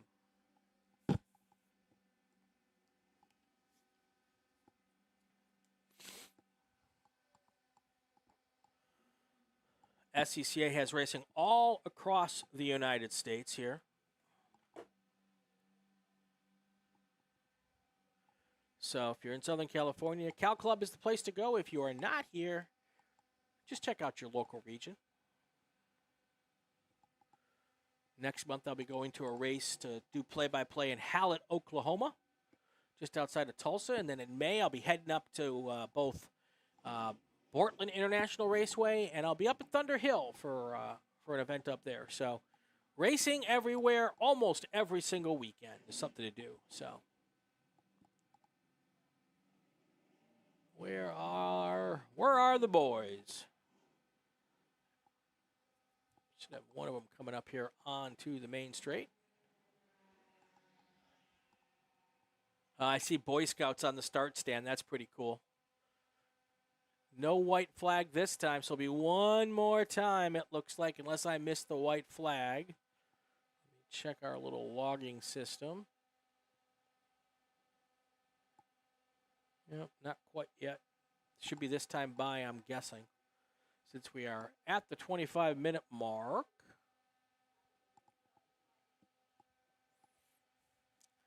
If you're in the chat and you're lurking, that's okay. Say something if you're watching at home. That would be fantastic. I see there are 8 people who have liked, and there are 8 people watching. So thank you all for smashing the like button. Subscribe. Awesome. That would be great, too. Share it with your friends on the socials.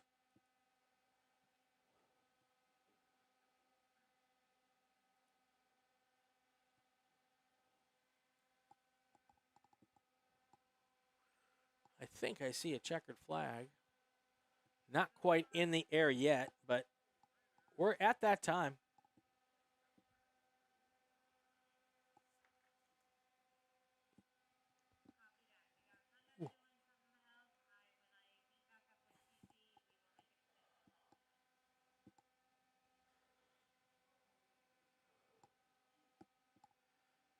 And we are just waiting for,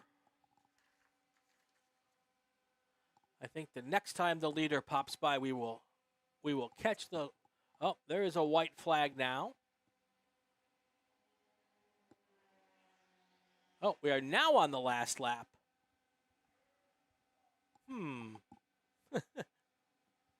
All good. All good. Tom Hope, our race leader right now. Flag to flag for Tom Hope so far. He's been his best lap. His last lap was a 1:48.8. His best lap in this session is a 1:46. So he is taking it easy now to get this car home in one piece. Paul Marino, second place right now. Fast lap for Paul Marino in this race, a 1:48.422. Then you've got Johnny Crane.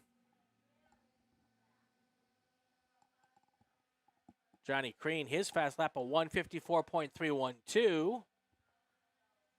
And then Mike Bachman in his 1974 Fox 2 Durberry in a 2:39.251. So that's how they stand right now.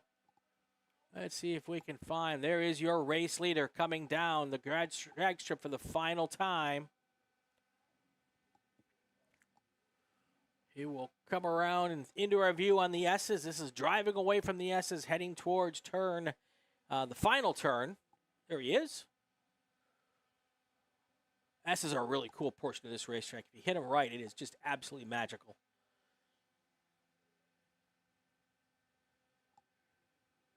There we go. And we will wait to see the checkered flag in the air. Switching it out. Checkered flag is in the air. Your race winner is going to be Tom Hope. Second place will be Paul Marino. Johnny Crane will be third. Mike Bachman will finish fourth. We're going to take a break. 2 more races to go. Don't go anywhere. Stay with us. Good run, guys, says Sandra Bess and Pete Rose still in the chat. Thank you all for being here. We'll be right back.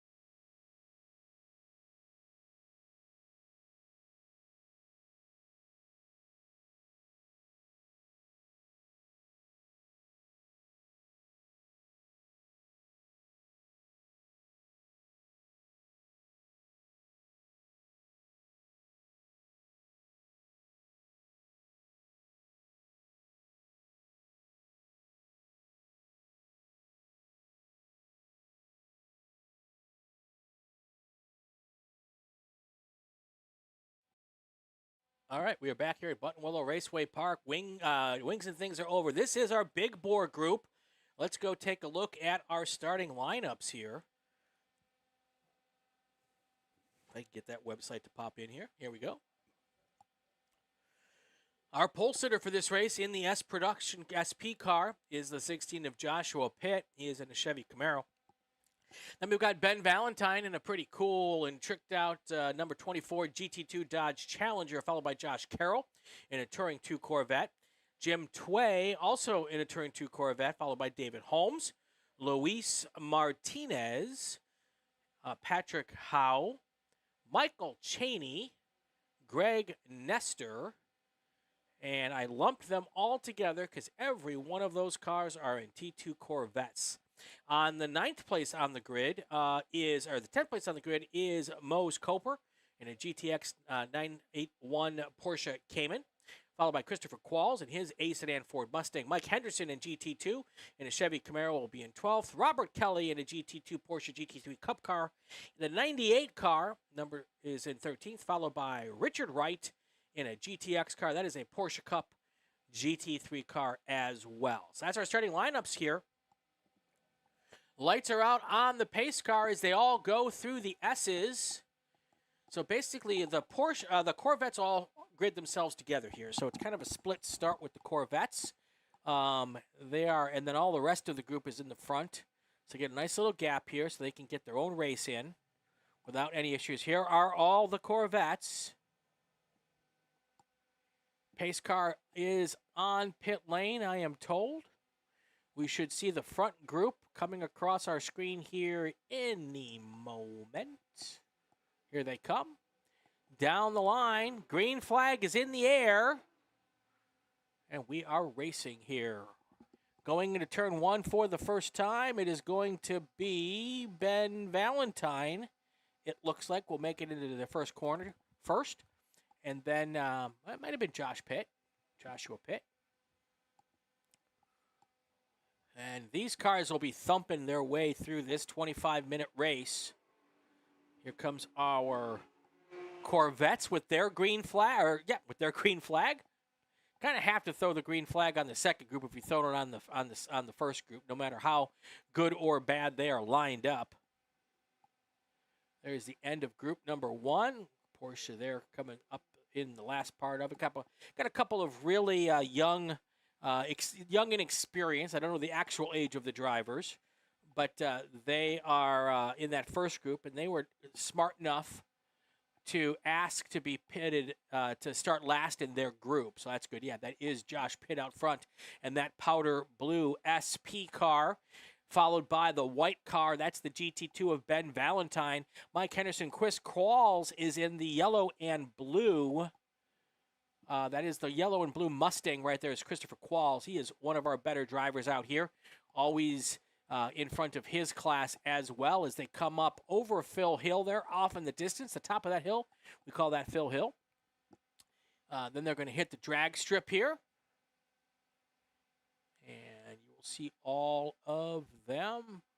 That is Valentine, Henderson, Qualls, and Cowper. I think Cowper got around Qualls, to be honest with you. Let's see where there's our Corvettes now coming up over Phil Hill. We'll catch them coming past us here at the drag strip. And Ben Valentine crossed the line first, followed by Joshua Pitt after lap number 1. Ooh, sorry.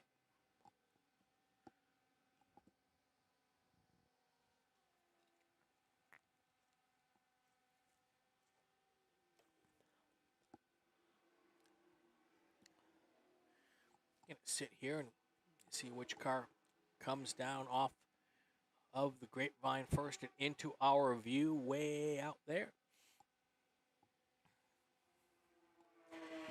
Again, other than being warm, it's pretty Chamber of Commerce weather here in Kern County. Just outside, about 30 minutes outside of Bakersfield.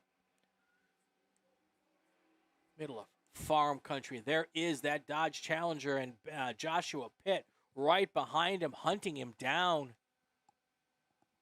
Looks like Valentine got around on pace.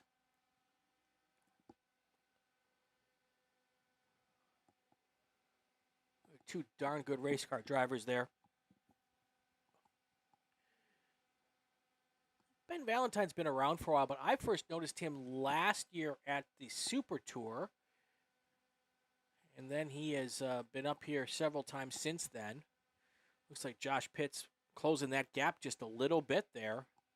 Let's see how close it is once they come to the S's. Looks like it's about, maybe 8-10 car lengths there between those two cars. Now, those cars are not in the same class, so technically they're not really racing against each other. But I don't know any race car driver who doesn't want to take the overall. So they will work hard to kind of thump around here and see if they can't race each other hard here throughout this 25-minute session.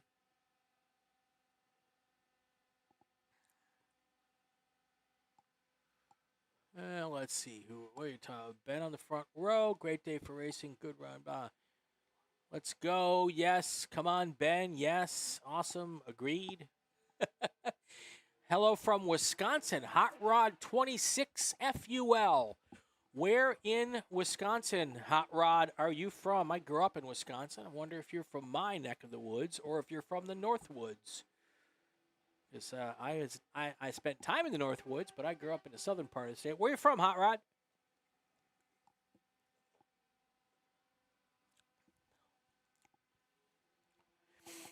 I grew up essentially at Road America and Blackhawk Farms.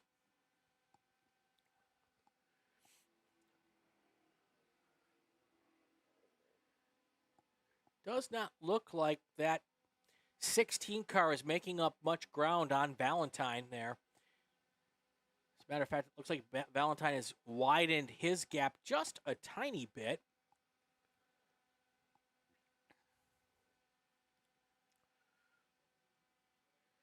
He races the number 66 MG and the number 38 Sports 2000 as well. Is the 65 Vet that Ray Evanham built. Well, that's a pretty good stable of race cars. I need to become Ben's friend. Because he can't race them all at once. He might need some help with that, and I am the man for the job. Let's go through the whole top 10 right now as we get through our first couple laps here. Talking a lot about Ben Valentine and Joshua Pitt. Then we got Mike Henderson, Richard Wright, Mose Coper, Christopher Qualls. That's your top 6. Josh Carroll, 7th. Jim Tway in 8th. David Holmes, Michael Cheney. Josh Carroll's that first of the Corvettes there. See if I can pull up the rest of the timing and scoring to get you a little deeper here. 10 through 15 is Michael Cheney, Greg Nestor, John Stott, Robert Kelly, Luis Martinez, Patrick Howe. And then 16th and 17th, we've got Sharif Abu Anayin in the T2 car. That's a Honda Civic. And Calvin Tam in a T2 Honda Civic as well, 16 and 17. That's how they stack up here as we get through our first 10 minutes of our race. Don't forget, folks, we got one more to go here after this one. Spec Racer Ford, Formula Fords, Formula Fs, as we call them these days, and Formula Vs. Yeah, I gotta go make friends with Mr. Valentine. Menominee Falls, Main Street in Menominee Falls. Hot Rod, did I meet you at Hallett a couple years ago or last year? I didn't go to Hallett last year. Did I meet you at Hallett? Because I know I met someone at Hallett who was from Menominee Falls.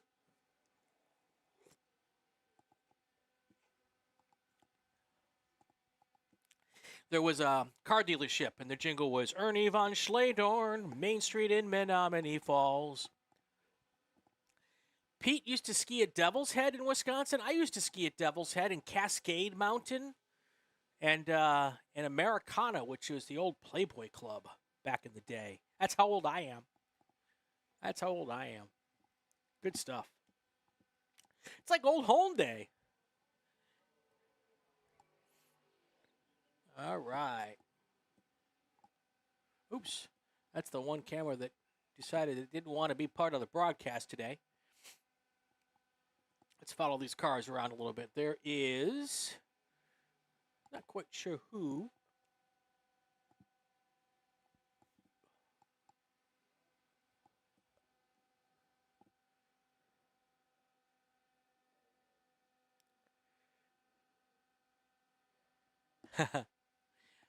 one of our drivers just realized that their car is part of my YouTube thumbnail. He's texting me, "I made the thumbnail." I love it. Brian Schubert's car.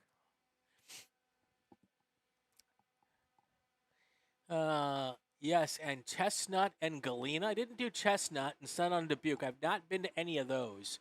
All right, there's your race leader. Ben Valentine just went through our view there. Coming up onto the 10-minute mark in this race, so about 15 minutes left to go. The white car is Ben Valentine. The Robin's Egg Blue is what I like to call that. Is Josh Pitt there. Next car coming to our view should be the Corvette of Josh Carroll. Josh Carroll would be our Corvette leader here. We'll see when he pops into our view. One thing you might also notice,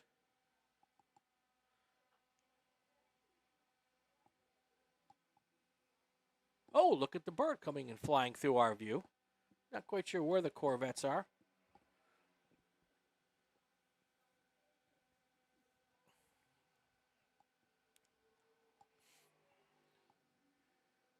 There are the Corvettes now coming through the dogleg, side by side through the dogleg. That is sometimes a bit risky, but there they have it. First and second, right there it looks like.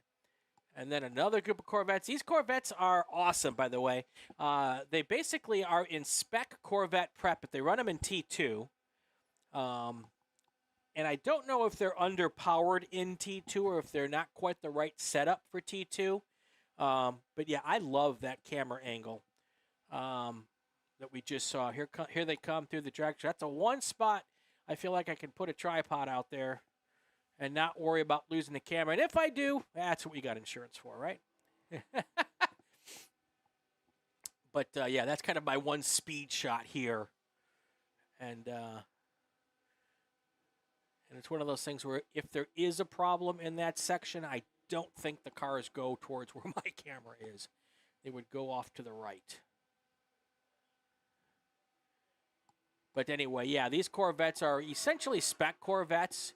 And they sometimes come out here and run in spec Corvette. And they also fit in the Touring 2 category. If there were a bunch of other T2 cars, look at that, 3 wide, down the front straight here in the Corvettes, starting to come up through some of the other cars in that first group of the split start. So a lot of traffic right now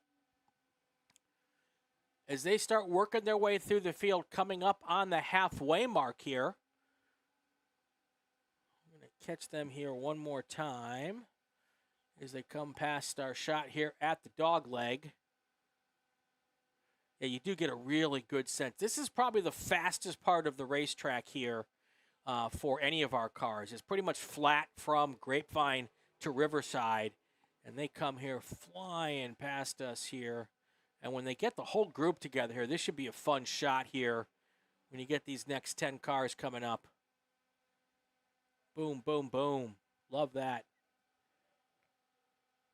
I wonder if I could turn the volume up on this camera just a tiny bit. This might be a good... let's see here. Can I turn a little volume up here? Yeah, I don't want to turn it up too much, but next time they come by there, we'll turn the camera up. We'll do the, I don't know what they call it on the NASCAR races, crank it up as we let them come by here next time. So having a little bit of fun here. While we're waiting for that to happen, let's talk about our full field rundown at the halfway mark. It's Ben Valentine, Josh Pitt. They're your top 2 cars. Josh Carroll, your leader in T2, followed by Jim Tway, David Holmes, Greg Nestor, Mike Henderson, Michael Cheney. Most of those are Corvettes. Then you've got the GT2 Mazda RX-7 of John Stott. Mose Cooper is in 10th.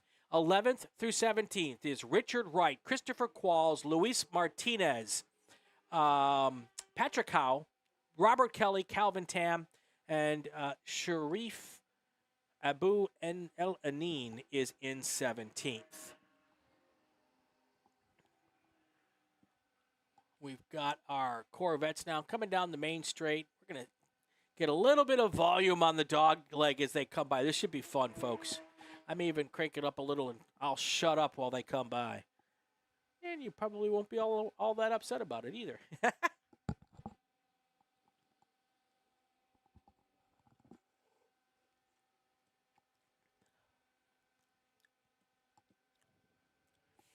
All right, let's see if we can get a little raucous here.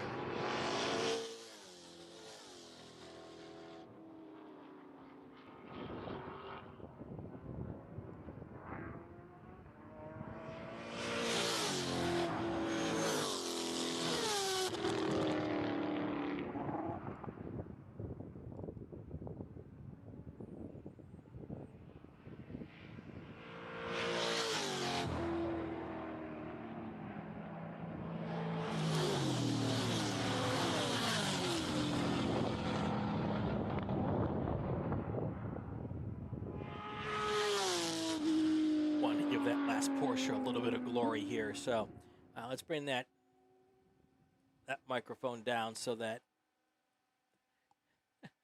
I love that, very cool here. Coming up on 10 to go. By the way, that full field rundown brought to you by our presenting sponsor, Porterfield Racing Brakes, Porterfield-brakes.com. And if you have needs for your brakes for your race car, for your street car, check them out, Porterfield-brakes.com. Yes, that RX-7, it's fun when we've got this group out like closer to sunset, because we get a whole bunch of fire out of the side pipe on that RX-7. That old, well, not old, but that rotary powered RX-7 is absolutely a hoot. Let's see if we can find our. There's our leaders right there going down the drag strip. Still, it is Joshua Pitt trying to hunt down Ben Valentine here. As we come into our final 9 minutes of this race, the white car is the Dodge Challenger of Joshua Pitt. The blue car is, there we go. The blue car is a Chevy Camaro. I think it says here a Fellow. Oh, no, he's from Fellows. Let's say, is that a Ron Fellows car? There they are. There was your front two cars. Again, those cars not in the same class, so they're not really, they're both going to take home a trophy regardless. Well, not regardless, but if they stay the way they are, they'll both have a first place trophy here. This is the fun part about SCCA multi-class racing. In this race, you've got a Dodge Challenger out front, followed by a Chevy Camaro, followed by a bunch of Corvettes. Then you've got a Mazda RX-7 from 1996. A Porsche Cup, two Porsche Cup cars, a Ford Mustang, a couple of Caymans, a couple of Honda Civics, all I say, in the same race. And that I find fun and fascinating.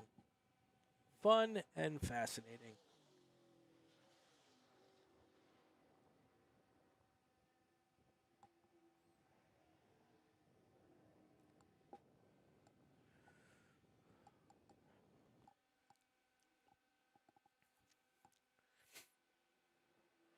There's our leaders going up over Phil Hill off in the distance there. And you will see them a little further out there. I realize I am not missing much by not having the pylon up on that shot, so let's put the pylon back up.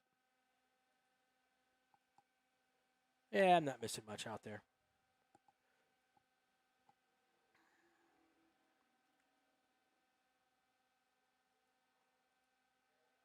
Oops. There we go.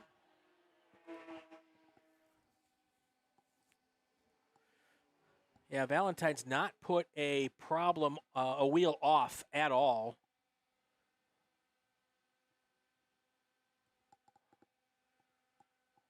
And Joshua Pitt's also really not put a wheel off, just doesn't have the pace to catch him. He's got the pace to stay. I mean, they're literally running identical laps. Last time by, Valentine ran a 156.601. Pitt runs a 156.511, so literally 1/10 off. And it has been just this seesaw, back and forth, accordion kind of thing. Valentine will drop a 1/10 faster, and Pitt will then drop a 1/10 faster. It's really been fun to watch here as they try to battle it out here.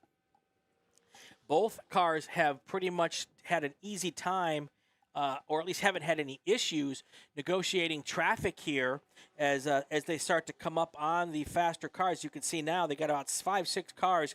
If Pitt's going to have any chance, he's going to have to hope that there is some problems for Valentine as he goes through traffic, and that then Pitt can take advantage of that. As you can see, Valentine's going to catch traffic and probably not a great spot there at the top of Phil Hill. So he's going to have to let that car breathe just a tiny bit, and then we'll check to see if Pitt's able to close that gap just a little bit here. They've got 5 or 6 cars. You can see there's Valentine getting by, going into, oh, look at there's Pitt's got to go off at the entrance there, having a little bit of an issues with the traffic. We'll see how that plays out now when they come into the S's. Will they be closer? Will they be far? There's Valentine has gotten through. Oh, no, there's Valentine. Chris Qualls is in the middle. And now Pitt has nowhere to be found. I'm hearing that those two cars came together in that section of the racetrack. I don't have a camera on that. We may end up going full course yellow here. We'll see what happens. We've got 4 minutes to go in that race. There's a slower car coming through. So that was one of the cars that probably got through, but he is going through at a very, very slow pace. But the car we're not seeing is the Josh Pitt car.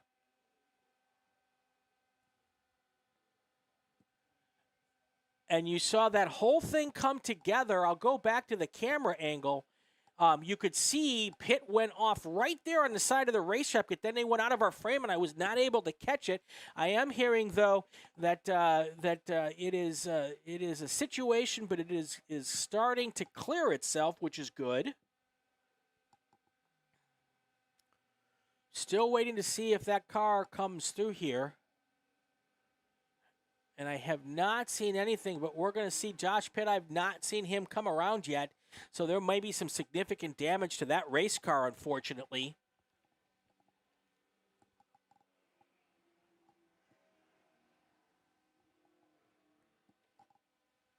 Here comes our Corvette group and a whole bunch of other cars. They come down the main straight here. Coming up on 3 minutes to go in this race.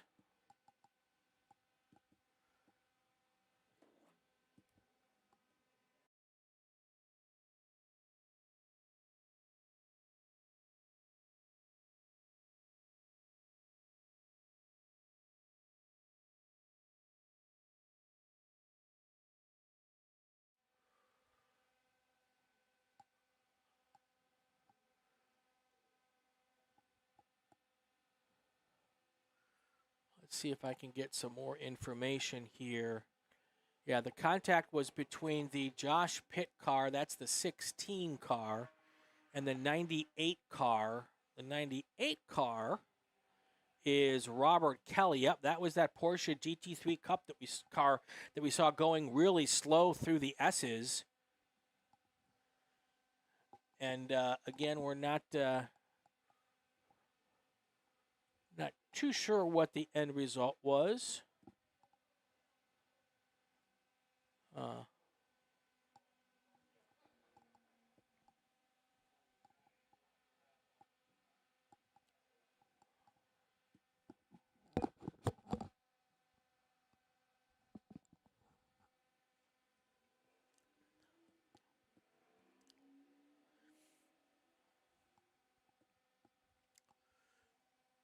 Coming up on a little more than a minute and a half to go here, so we should start seeing our white flag at some point in time.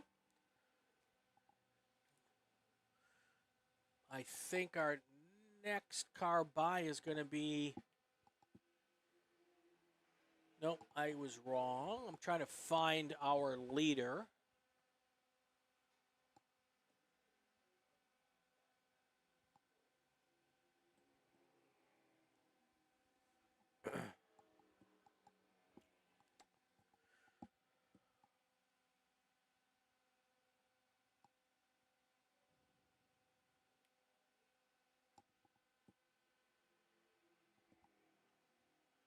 Doing a little bit of camera shuffle here to try to find our leader. There he is. And I'm thinking that when he comes by this time, we're going to see a white flag, and I do see the white flag in the air. So when he comes past the start stand this time by, there'll be 2.9 miles to go for Ben Valentine to take the checkered flag, assuming he doesn't have any issues.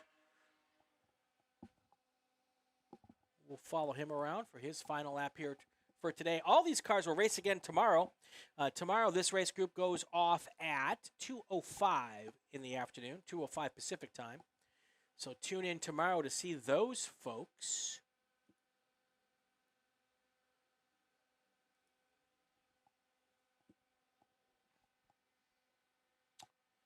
Jennifer Strand is here. Hello, Jennifer. Welcome to the chat. Welcome, welcome. We're on our final lap of our second to last race of the day. You're going to see our race leader come into our view here in just a second. If I didn't miss him, I think this is him right here. This should be the 24 car of Ben Valentine, and it is, as a GT2 Dodge Challenger coming through. Go through. This is our corner at the exit of corner we call Riverside. There he is there. Now he'll hop up the hill towards what we call Phil Hill. It is a hill, and it is named after the great driver Phil Hill. Then they come down off that hill and along the drag strip to our, I think this is probably our fourth to last corner on this configuration of our racetrack. There he goes through there, no issues. Last trip through the S's for this race for Ben Valentine. Other than some traffic, pretty unadventurous. Although I will say, for the vast majority of that race, Josh Pitt did not give him and make it easy. Now on to the main straight here for the final time. We'll see the starter throw the checkered flag in the air, waving it loud and proud for Ben Valentine, your race winner. He takes the big victory here overall and the GT2 win. Next across the line, when he gets here, will be Josh Carroll in the Corvette. He'll be our leading Corvette in T2 for today, unless something happens to him as he comes by. There's Christopher Qualls coming across the line now. He'll be your A-Sedan winner. And we'll let some of these Corvettes come by. And then I'll give you a full field rundown here. Don't forget, we got one more race to go, and it's going to be a doozy. We've got our Spec Racer Fords, our Formula Fs. Good crop of cars in that race as well. And we also will come back tomorrow and do it all over again. Racing action here on the Racing Network starts at 11:05 Pacific time, 11:05 a.m. Pacific time. Here comes... who we got coming across the line now? Standing by to stand by. But tune back in tomorrow. We're going to have 6 more races, or I should say we've got 5 more races tomorrow. We have 6 run groups, but one of them is a track day. Speaking of track day, if you want to just come out here and take your street car on the racetrack and learn a little bit and have some fun in a fairly safe and controlled environment, where you're not going to have to worry about getting a ticket from the friendly officers. Come on out here and join us for the track days. You can find out more about track days at calclub.com. Calclub.com, that is the place to go racing here in Southern California. And if you are other parts of the country, go to SCCA.com as well. All right, here is your full field rundown for this race. Before we get the next one going, your winner, Ben Valentine.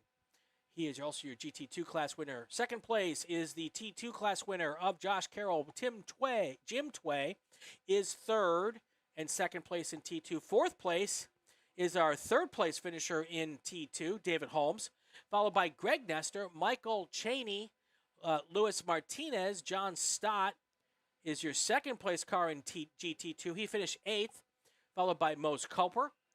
Christopher Qualls in 10th.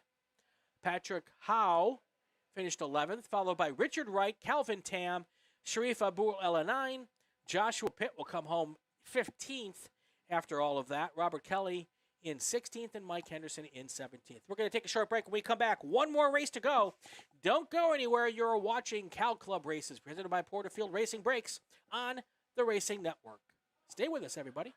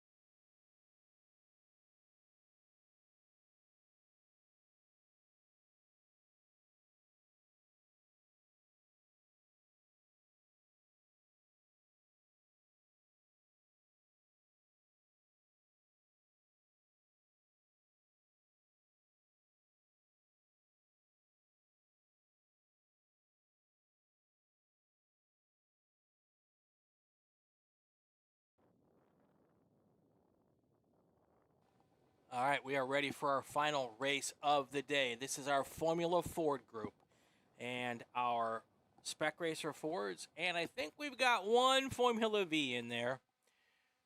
And we will get to our starting lineups right now. I believe this is going to be a split start, so all the Formula Fords are going to be up front, and those are ordered in this manner. Stuart Patterson, Eric Poulsen will be your front row. Then you've got Kenan Marshall and Wayne Smith in row number 2, followed by Edward Erlinson and Johnny Crean in row number 3, and then Stephen Perilou in row number 4. And then there's going to be a split start back to our our Spec Racer Fords.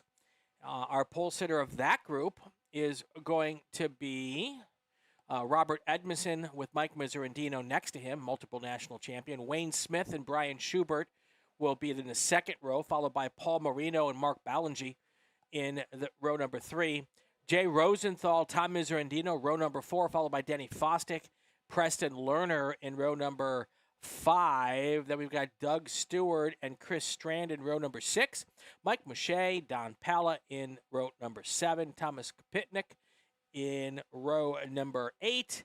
And then, if all goes as it normally does, we will have Mark Edwards in the Formula V. The Glamdring will start last on the field. The Formula V, the slowest car, the slowest class here. So that is that. Here comes our Spec Racer Ford group as they come through the dog leg, getting their tires warmed up and getting ready to go for this 25-minute race here. And I've spent a little time driving both the Spec Racer Ford before it was a Spec Racer Ford and the Formula V. I've not driven a Formula Ford in my racing life, but that's okay. Here's our Formula Fs here. We call them Formula F these days because some of these cars have Honda power. Some of these cars have Ford power. So Eric Poulsen's in a Honda. Basically, the Honda motor that they've used for Formula F is out of a Honda Fit, which is apropos. And what else do we have here? Yeah, that's the way that lines up. So, and they've been able to, through various forms of controlling power, they've got the Formula F and both the Ford and the Honda versions of that pretty much spot on. So they're competitive with each other, which is kind of cool. Going to get our final first green flag of the day. These cars will race again tomorrow at 2:55 Pacific time right here on the Racing Network. So we want to tune in for that. Waiting to see if our starter likes what they see, and the green flag's going to go in the air. And here comes our cars, all 7 or 8 of them here as they come down the front straight for the first time. No issues there. We will hang tight for our Spec Racer Ford group to start. This is a good gap here. So the Spec Racer Fords should be able to have a nice, actually I think it's too big of a gap. The idea of a split start is to allow both groups to race as long as possible without having to deal with the other group of cars. And if we go this far back, it doesn't work out as well because these Fords will start catching the back of these cars way too soon. So one of my bones of contention. But that's okay. Here we go. Here comes our Spec Racer Fords down for their green flag. All 10 of them or so heading down to turn 1 for the first time. Making sure they get through there.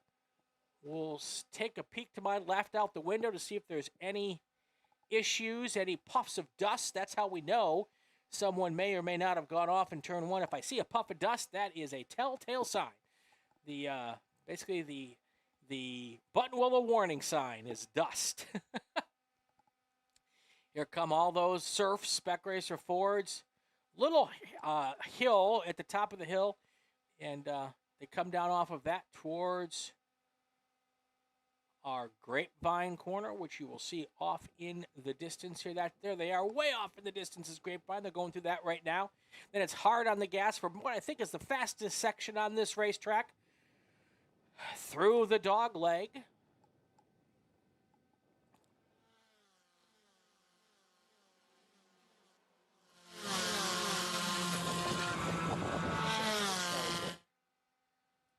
Crank up the volume for you just a little bit.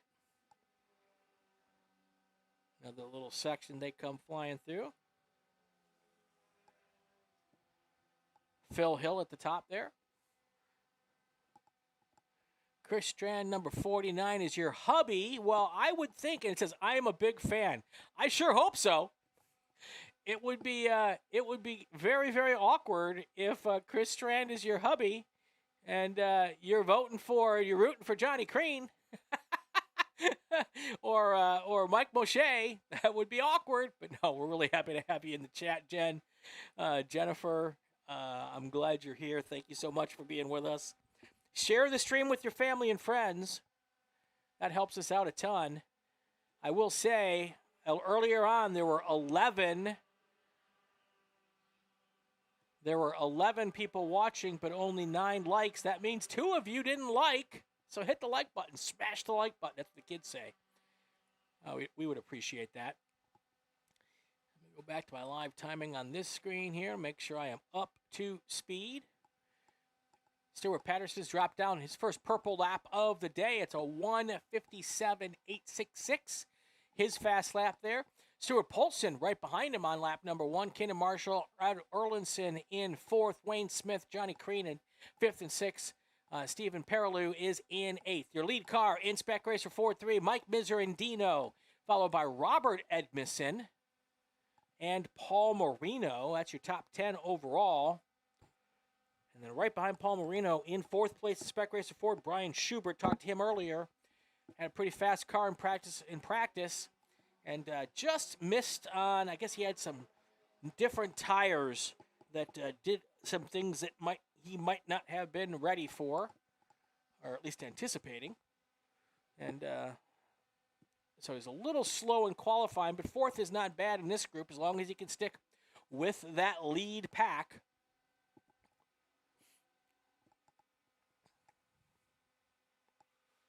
Nice big group of Formula Fs this weekend. Nice big group of Spec Racer Fords. Love that.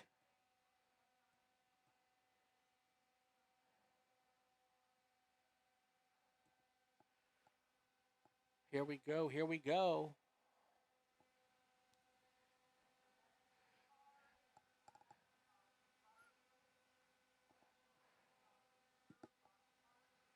Here comes our Formula Fs coming through the dog leg here. Couple 2-car battles. That's pretty awesome. Now we'll pick up our Spec Racer Ford crew. MBI is one of the big Spec Racer Ford prep shops. They're based here at Buttonwillow, so there's always a pretty good showing of Spec Racer Fords out here for these races. A lot of the regulars out here racing this weekend. So Miserandino, Edmondson, Marino, Schubert, those are the ones we always see. Now the good news for Mike Miserandino and Edmondson is that they've started to pull away from 3rd and 4th. Bad news is for Paul Marino and Brian Schubert is those 2 cars started to pull away from 3rd and 4th. So they may have already checked out to the point where I don't know if that second group is, unless the front duo have some problems, yeah, that second group of cars is already way out of reach as far as the draft goes. So someone had to check up at some point in time, because we're only 3 laps into this race, and we've already seen this gap, which is very uncommon in Spec Racer Ford. So my suspicion is that someone checked up, and then everyone behind them had to check up, and then, you know, the rest is history. And while all that was happening, Miserandino and Edmondson decided to go, hello, goodbye. And when that happens, then it's just basically if they can work together, then maybe on the final couple laps they can do a little like last lap shootout. So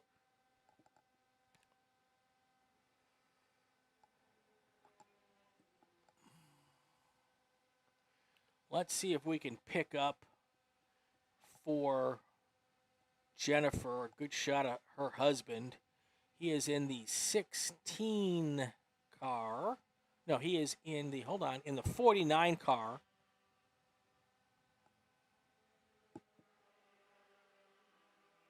So they should be coming by here in just a second. So here is 4th, 5th, 6th, 7th right there. And this group here should have Chris Strand in it. Right in this group here. We'll catch them going through the dog leg. So that'll give you a good shot of hubby there. I always like to try to accommodate that whenever I can. Look at those two leaders pulling away there. That shot there is Miserandino and Edmondson. And then you've got Marino and Schubert and Ballingy right there after them. This will give you a good shot of the entire Spec Racer Ford field. I'm going to shut up and crank up the volume a little bit for you.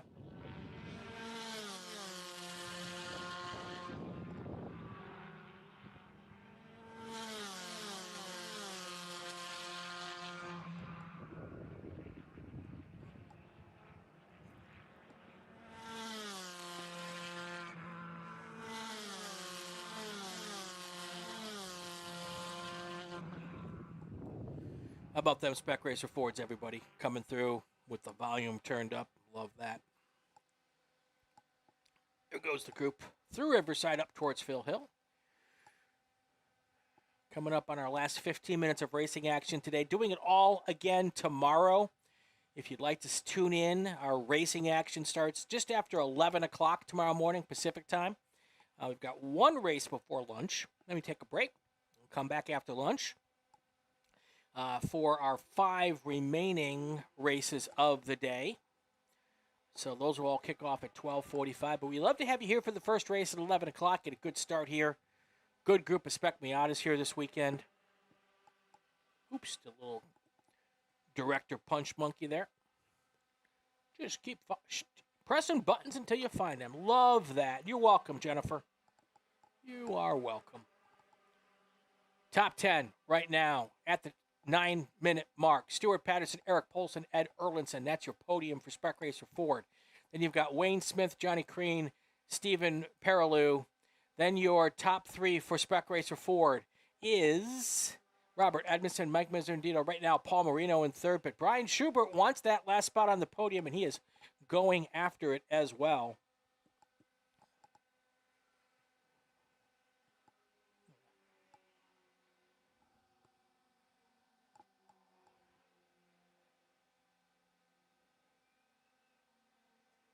Next, you got a little bit of wind coming up here. You can see our camera being a little bit shaky here. I think the next car by should be our race leader. No, that's still a Spec Racer Ford. Next Ford by should be our race leader.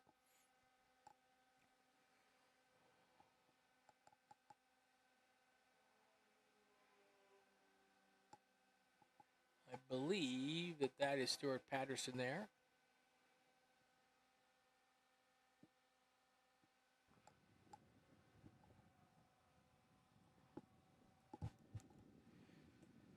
If you like this kind of racing, come on out to the racetrack and join us. CalClub.com is the place to find out all the stuff for amateur road racing here in Southern California. SCCA.com, they are the place to go to be able to find stuff about SCCA amateur racing all over the country. So if you're here in California, especially SoCal, it's CalClub.com. If you are elsewhere, and I know there are people here from elsewhere, SCCA.com is the place to go to catch up with those folks. And let's see, where are our Ford leaders?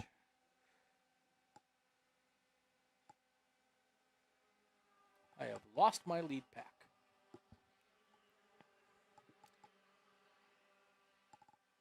The gap between first and second in Fs is it's 3.7 seconds. So they should be rather close when they come across the line.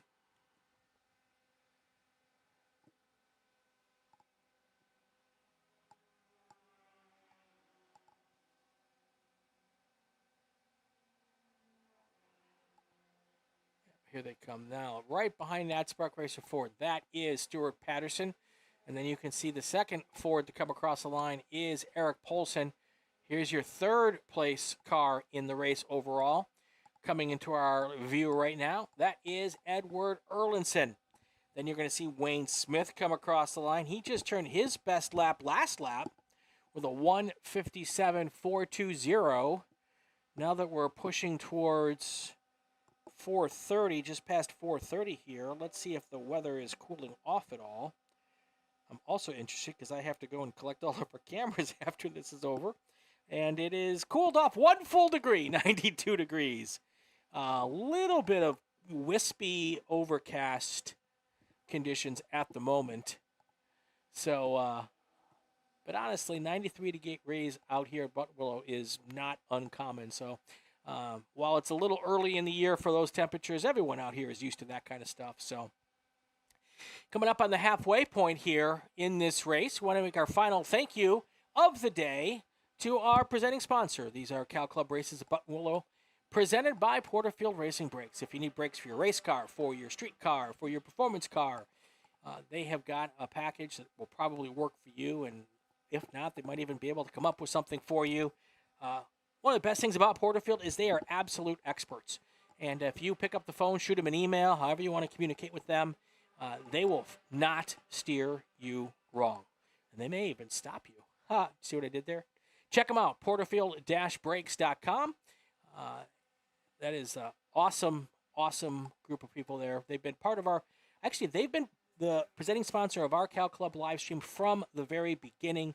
Big Cal Club supporters. This stream would not be happening today without Porterfield. So big thank you to them. And the best way to thank them is for you to give them a shot. Love that.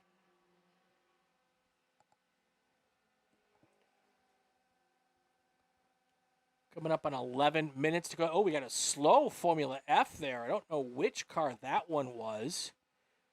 Not sure if that car is going to make it around how slow it was going. Let's see if they get to the dog leg here.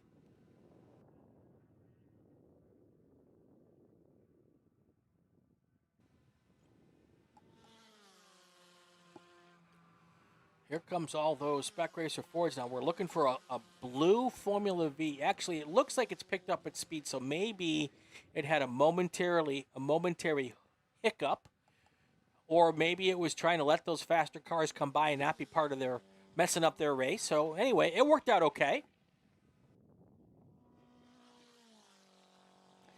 Getting to the point of my broadcast day where I start to lose my voice a little bit, so I apologize for the crackly voice here. As we get into the last 10 minutes here. Lots of opportunities to come volunteer out here at the racetrack. If you like cars, if you like car people, come on out and join us. If you want to be how about being a race announcer? You can come out here and pop on the microphone and help us out. If we get enough people, I'll even put someone on pit lane. I've always wanted to do that. That just takes people.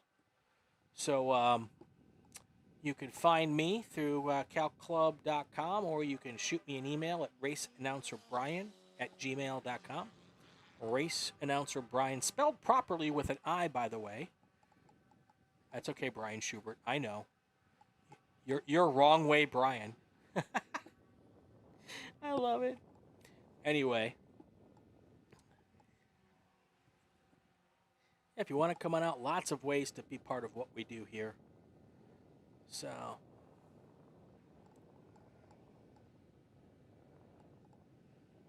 I don't think I updated my next race screen. So you're going to see me type on air live at the end of this race, folks. 9 minutes to go here. Let's go through. Did I give a full field rundown? Well, if I didn't, I'm going to do it again. How's that? Everybody likes to hear their name on the stream. Stuart Patterson's your race leader. Your podium for Formula F is Patterson, Eric Poulsen, and Ed Erlinson, followed by Wayne Smith, Johnny Crean, and then your first place car in Spec Racer Ford is Mike Miserandino, followed by Robert Edmondson, Paul Marino, Brian Schubert. Those top four, and Mark Ballingy, top five, have been mired in those positions pretty much right from the get-go. That's your top 10 right now. 11 through, what do we got here? 11 through 21. Jay Rosenthal in 11, Denny Fostick in 12, followed by Tom Miserandino, Mike Moshe, and Doug Stewart. Then we've got Chris Strand in 16th, followed by Preston Lerner, Stephen Perilou, Thomas Kopitnik, Mark Edwards, and Kenan Marshall. That's how they stand here with 5, 6, 7, 8 minutes to go, I think. Math, not my strong suit. That's why I'm a journalist. I can use a calculator.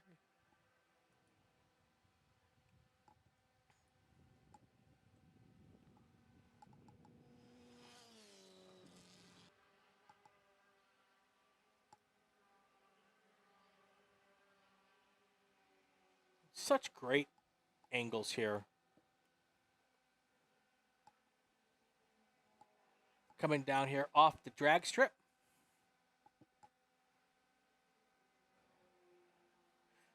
Again, about 7 minutes to go. It's going to be, I'm going to say 6 more laps. 4 more laps. 4 more laps to go is my guess. Also want to give a big thank you this weekend to the Boy Scouts who are here doing one of their weekend adventures. Excuse me. They're going to feed us dinner tonight, which should be fun. Love that. Thank you to them.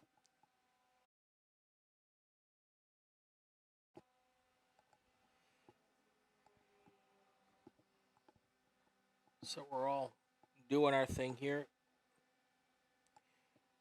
Last race of the day. This group will race tomorrow at 2:55 Pacific time. So if you're specifically here, Jennifer Strand, to watch one driver, Chris Strand, come on back tomorrow at 2:55. I'd love to have you here the whole time, though. Just put us on in the background and let it roll. I'm good with that. I'm good with that. Tell all your friends. We'll have the link on the Cal Club Facebook page later this evening. So I'll put it up. So when you wake up tomorrow morning, that link will be there. Share it with all your friends and family on your socials, because we love to get people to watch the stream and have a good time with that. Let's see if I can pick up our Spec Racer Ford crew here. I think Miserandino and what is the gap here between first and second? It's a fairly big gap in Formula F, but in Formula Ford, actually Robert Edmondson just took the lead in Formula Ford. So Edmondson and Miserandino are battling out there. Let's find those guys. Where are they? I'm looking around the track to see if I can pick them up here. I'm going to guess that maybe they're coming out of Phil Hill at the moment. I can just judge by the other cars here.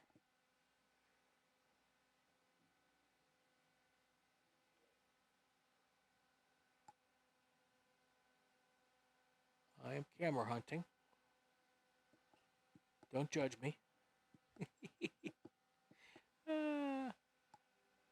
Okay, that I think was Mike Miserandino. So I think that, and the gap between Edmondson and Miserandino, it's only 0.3 of a second. So let's see what's going on.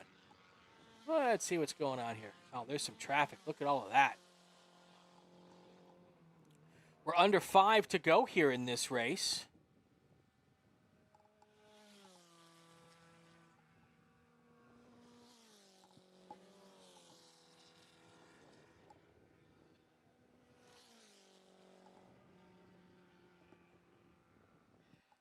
All right, here comes your leaders in Spec Racer Ford. First car through, that is Robert Edmondson. Second car is Mike Miserandino. Now, I will tell you that in my experience, from driving these cars a little bit and from watching a lot of these races over the years, the best place to be in a Spec Racer Ford going into the final lap is in second place. Because there's drafting that goes on and slipstreams. So it might be that Mr. Miserandino has Robert Edmondson exactly where he wants him. Or maybe he's burned his tires off and he's not going to catch him.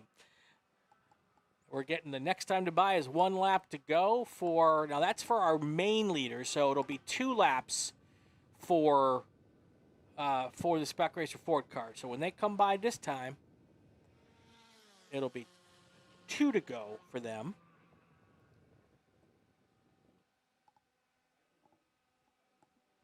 So they will not get, look at that, Miserandino right under now, trying to just poke his nose out. 2 things could be happening with the nose poke. One, it might be being big in the mirrors. Let him know. Although there's no way that Robert Edmondson, these guys race together all the time. There is no way that Robert Edmondson does not know that Mike Miserandino is right there. But the other thing could be happening is there's a little tiny inlet. Oh, there we go. Miserandino for the pass going into the drag strip and going down the drag strip. Let's see if he's able to complete that pass.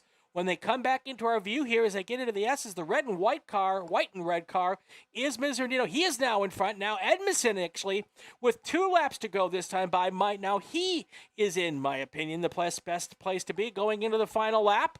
A little bit of a puff of dust there. So both of those cars are really pressing hard now. 2 to go. Go time at Buttonwillow as we get to our final couple of laps here.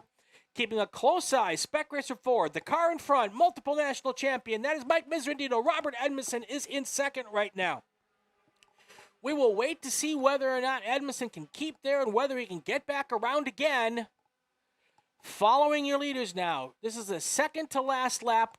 White flag is in the air now for our Formula F overall leader, which means these guys have to come around one more full circuit here before they see the white flag. That's Miserandino up front. Edmondson in second right there. Oh, wrong button. Now we will see them coming down the hill from Grapevine and towards us in the dog leg.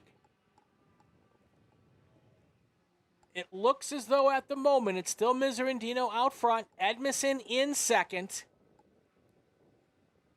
1 car length there. That's not a big deal, not at this point. That could be just trying to get a little air into that little radiator. What I was saying is right in front of these cars, there is an inlet, a slit for air to go in. It's about the width. Now, if you're old and you remember how wide a cassette is, that's about the width of the height of the inlet. The width may be 2 feet, 2.5 feet. And that is the only place where these cars get air to the radiators. If you suck up to the rear of these cars too much and too long, when it's 91 degrees outside, you have the potential of a little bit of overheating. So that is one of the things that they might be trying to keep an eye on here with these temperatures in the 90s today. Coming through the S's, the white and red car up front. They're going to get the white flag this time. We've got Boy Scouts waving the white flag on the start stand. I absolutely love that. Very, very cool. Here are our leaders now coming at us for the second to last time. White flag is in the air for our Spec Racer Ford crew. The car out front is Mike Miserandino. The car in second is Robert Edmondson. Robert Edmondson starts to put a nose out to see if he can get something done here. We will know if he completed that pass when they come off of that corner out in the distance. Our race winner, Stuart Patterson, taking the checkered flag right now. There he is, getting his win today. And then we will get right back to our Spec Racer Ford action. All by himself for the checkered flag is Stuart Patterson. Let's go back and pick up our Spec Racer Ford guys. They'll be coming into our view here. There they are, way off in the distance. You can see the white car still in front is Miserandino. The black car is Robert Edmondson. Both driving hard. A slower car in front of them. Hopefully that car won't be part of the discussion. Side by side through Dogleg, heading towards Riverside. Who is going to be in front here with a slower car, maybe to work as a pick? Let's see where they come. Miserandino still in front. There's Edmondson in second. A handful of corners to go. Up towards Phil Hill for the final time. Edmondson about 2 car lengths back. He's going to have to suck up to that rear bumper if he wants to take a shot. One more good passing zone coming into this final set of corners. It doesn't look like he's close enough. That right there, not able to get it done. All they have to do now, get through the S's and the final corner. Is it going to be Miserandino or Edmondson? Oh, it looks like Miserandino's got a big enough lead. As long as he doesn't have any hiccups here in the final few corners, he is going to take the win here. The checkered flag is in the air. Now we've got a Boy Scout waving the checkered flag. Here they come to the line. It is Mike Miserandino with the win, I believe. Yep, here they are. Across the line, Mike Miserandino in first, Robert Edmondson in second. Now let's wait to see who is the third car on the podium. Will it be Robert, or will it be Paul Marino or Brian Schubert? Coming across the line this time, very close. It is Marino. Schubert not able to get around, stuck in fourth place for the whole race. What a finish in Spec Racer Ford. Well, that was a whole lot of fun. Last car is taking the checkered. Let's do our full field rundown. Your Formula Ford podium, Stuart Patterson, Eric Polson, Ed Erlinson. Then we've got Johnny Crean in Wayne Smith. Your Spec Racer Ford podium, Mike Miserandino, Robert Edmondson, and Paul Marino. Followed by Brian Schubert, Mark Ballingy, Jay Rosenthal, Tom Miserandino, Denny Fostick, Doug Stewart, Preston Lerner, Chris Strand finishes 16th, Mike Moshe 17th, followed by Stephen Perilou, Thomas Kopitnik, Mark Edwards, and Kinnan Marshall. That's how they wrapped up. Please join us again. If you're here right now, hit like and subscribe. Smash the like button. That's what the kids say. And then come back tomorrow, 11:05 Pacific time, 11:05 a.m. Pacific time. No excuses tomorrow. The Sebring 12-hour will be over. We don't watch that stuff that goes in circles. I'm just kidding. Come and join us, and we'll have a great time. First race at 11:05, then we take a short lunch break, and then we come back for a whole afternoon of racing action, starting up again at 12:05. I am Brian Belansky. You're watching the Racing Network, and on the Racing Network, this has been the Cal Club Races at Buttonwillow Raceway Park, brought to you by Porterfield Racing Brakes, our partner for 5 years. Cannot thank them enough. Have yourself a great day. Stay safe, and go play with cars. And a big thank you, finally, actually, to our to our associate producers in the chat. I love having you all here. And I hope we all come back tomorrow. You guys have yourself a great night. Stay safe. Time for a little dinner and maybe an adult beverage. We'll have a good time here at the racetrack, and we will talk soon.